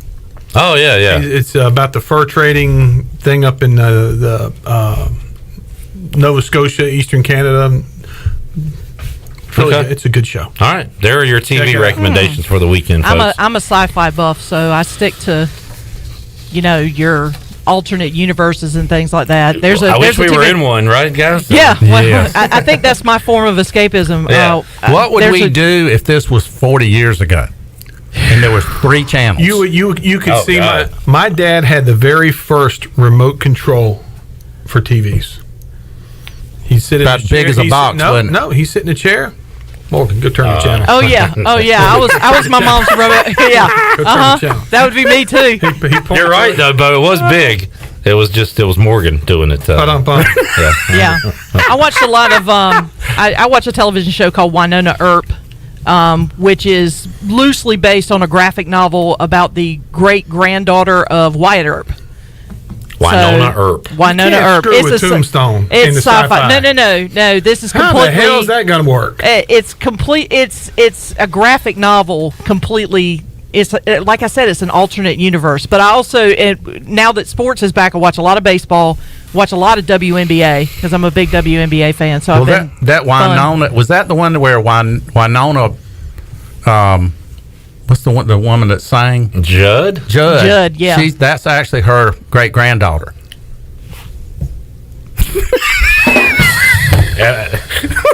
It took me a minute because I was like, "Is he serious or not?" No, I'm never serious. I was like, no, that's not it. No, I know the canon on that. No, but I do watch a lot of sci-fi. And by the way, I got a second here on Frontier. Brian Meador. We've got one watcher and listener tonight, so thank you. Meador and Greg Pierce are at ECU. They're working hard right now. We're on a shutdown. We're on a pause. Yeah, I know. Watching these clouds. Yeah, what do we tell? Yeah, maybe. So Frontier is like the top choice right now. I'm out on an island because I'm the sci-fi buff over here. So I like sci-fi. You know why those ECU folks are listening? They're going to see if we drop any more news before they officially release it, so they get mad at us. Actually, this just coming in right now. The video department is on a furlough until Monday. I don't know if I want to joke about that. Until Monday. They're back Monday. Okay, just a pause. Yeah, just a pause. They'll be back, so Saturday, Sunday off, and then they'll be back on Monday. We need to get Pierce. I had Meador on to talk sports, but I guess, and I've seen pictures on Twitter, Morgan. I guess they're doing all the photo stuff, and are they doing the video shoot for the entrance video and things like that? Yeah, I business think as usual. actually Meador and Curtis came up from Wilmington about a month ago. Right, Okay. right. The team actually first got down there. They did the video shoot for that. So said it went pretty well. So I got some pictures. Want me to show them to you? Yeah. Maybe. Okay. All right. I got a new phone. I got to find my pictures now. I don't know if I got them on here or not. And Morgan has stated several times that he will be in Dowdy-Ficklen I'm Stadium. going to be there. At his perch, PAing the game. As of right now, that is the plan. That is the plan. Talking to Eric this week, operations as far as scoreboard and all that. You know, we're still playing music and we're still going to be. Has anything been decided as to, like, for Jeff and the radio booth? Is there anything been decided that way as far as how they're going to do it? Because I know that booth, you've got to have several people in there. It's going to be a little difficult to socially distance. They got the fancy booth now. It's not the small little radio booth they used to have. Oh, okay. I mean, they got the, I haven't seen the new one since they built it. They got a table. They got some chairs. What's in your booth? Table, some chairs. Oh, okay. Hey, we've got one of 4 sliding windows on the whole floor. Now, okay. We've got one. I'm jealous. TV and the visiting radio have the other sliding windows. And speaking of visiting radio, Shirley, when we had Jim Lauk on from USF, I asked him, about the preparation for the season and everything, and he was still kind of unsure about how they're going to do road games. And Jeff Charles is the same way. You know, there's a chance that Jeff and Kevin Monroe could be watching the game on this TV and calling it on the Pirate Sports Network because who knows what they're going to do with travel this year. And Morgan, I know that you've been all over the road the last couple of years with ECU football. We have no plans for any away game right now. Yeah. As of right now, I mean, there's several games that we can drive to if they have them. I heard today that Marshall came out and said they were allowing some fans in the stadium in Marshall this year. It came out today, I believe, that they were allowing 20% or I don't know what the percent, but they are allowing fans. They came out. There are going to be fans at the Marshall games. Mm-hmm. Brian North had a hypothetical the other day, Morgan. What if Marshall, and you're saying they can have fans, and you can't have them at Dowdy-Ficklen Stadium? What if Marshall said, "Hey, we'll split a little pot with you here, ECU, if you'll come play on the road against us"? Nah. Okay. We've already lost one home game. Yeah. I think we're going to have to drive everywhere because they're closing down the airport. Just don't drive with Morgan. He'll get you a ticket 5 years from now. Yeah, in a tunnel in Hampton Roads, if you're listening. What's that all about? They were bragging about a second airline. Now we don't even have a first. Yeah, that's true. All right, let's get our final break in. We'll come back more with Bo, more with Morgan as we wrap up the week here on Pirate Radio Live. Back with you after this.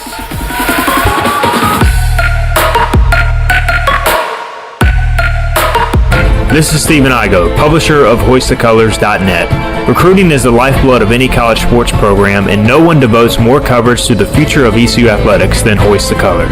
Want to know who's going to be the next Holton Ahlers or Jaden Gardner? We've got all the inside scoop on the Pirates' most talented recruits and top targets 24/7. Sign up now and get your first month of coverage for a single $1. HoistTheColors.net, the most reliable reporting on ECU athletics. In studio with Mike Mullis from Fixed NC. And Mike, you guys have a disinfecting service for homes and businesses. Yes, we have a 2-step process that includes disinfecting and also provides 30 days of protection to all surfaces treated. We're doing this for 10 cents a square foot in businesses and $10 a room in your home. Mike, how can folks get in touch with you? Call me directly at my cell, 252-999-0001. Again, 3 9s, 3 zeros, and a 1. Or fixednc.com. There's nothing like Pirate Game Days. He's got the ball. He starts right. He goes left, and there he goes. 10, 5, touchdown Pirates. Holton Ahlers takes it in from 21 yards out. The sight of a tailgate. The roar of the crowd. Support the Pirate Club and buy your season tickets today by visiting ECUPirates.com. We're We're in this together. All hands on deck. One Pirate Nation. Back to school is here, and the Auto Store Group is committed to helping our customers drive the best quality pre-owned vehicles and is committed to caring about our kids and our community. This is Mary from the Auto Store Group, and right now, during our Backpack to School event, every time we sell a vehicle, we will be making a $50 donation to any local school that the customer chooses. The Auto Store Group, 3 locations, over 150 vehicles online at theautostoregroup.com, and most importantly, proud members of the Eastern North Carolina community for over 38 years. Introducing new Domino's Carside Delivery.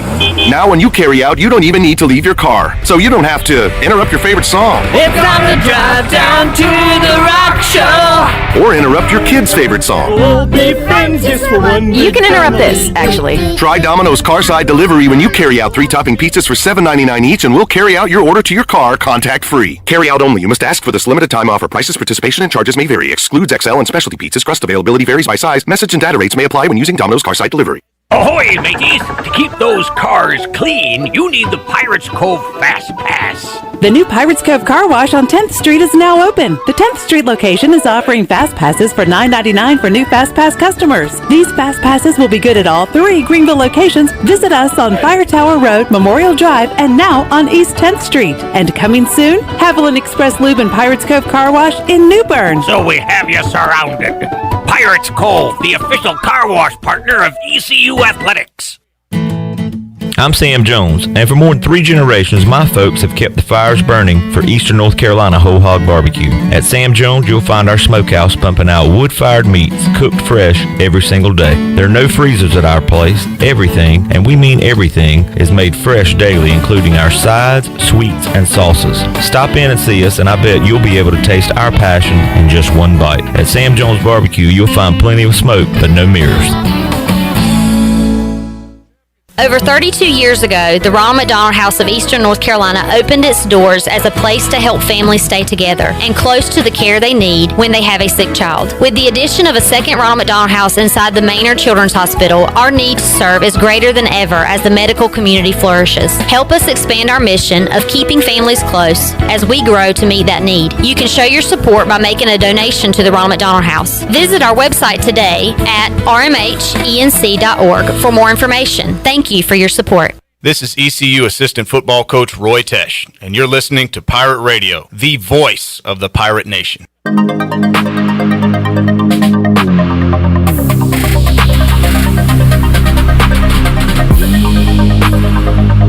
You're listening to Hour 3 of Pirate Radio Live. This hour is brought to you by your CBD store, where good health hits home. Visit your CBD store today on Arlington Boulevard across from the mall. Now, back to the show. Welcome back. Hey, Pirate fans, if you're hungry for the best ECU news and information, then you need to be part of the Pirate Radio digital platforms. Keep up with the latest breaking news and information by liking us on Facebook and following us on Twitter and Instagram at PR927FM. Listen live and to all of our archived programming anytime by visiting PR927FM.com.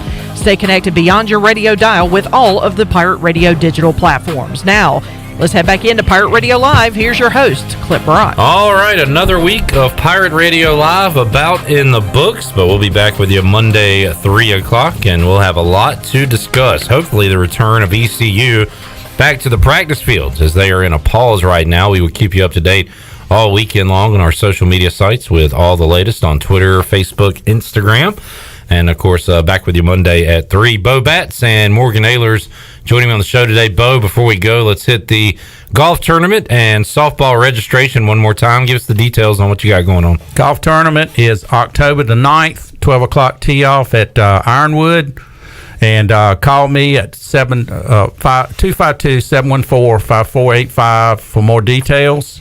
And the fall registration is underway. It'll go on until at least the middle of September, and then games will probably start the first part of October and go for a month or two. And so if you're interested in that, you can either call me again at that number I just stumbled through, and or go to pcgsl.org, and there'll be somebody that'll take your information and they'll answer all your questions and everything else. Awesome, good stuff. And if you want Morgan Ahlers to DJ your backyard party, you can call DJ Captain Morgan. What you did last week What was it called, Morgan? I did a bat mitzvah last week. Bat mitzvah. How did that go? It was great.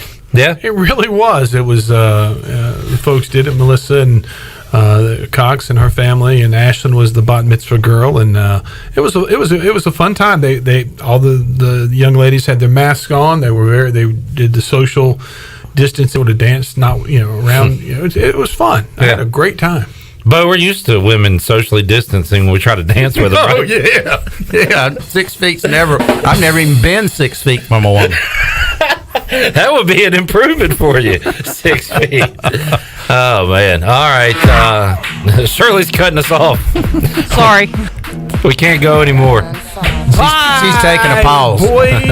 We are pausing for the weekend. Morgan, good to see you, man. You too. Thanks for having me. Enjoyed it. Bo, always great to see you. Thank you, Cliff. Thank you for your gifts as well. You're welcome, man. Enjoy them. I have a request when we get off the air, though. Okay. I need one of them cards. Another one of them. Oh, I'm waiting for him to come in. Okay. I got you on my I need list. one of them cards. Well, my card. Do I get a card? I'll get you card. one. Chandler, you need a card? We got to get a card. Got to get a card. I'll bring a bunch of them in here. All right. Thank you, Bo. Thank you, Morgan. Shirley, great job. Chan Man, awesome job all week on the video production side. We will see you back here Monday, 3 o'clock on Pirate Radio Live. So long, everybody. Thanks for listening to Pirate Radio Live, an exclusive presentation of the voice of the Pirate Nation. This is Pirate Radio.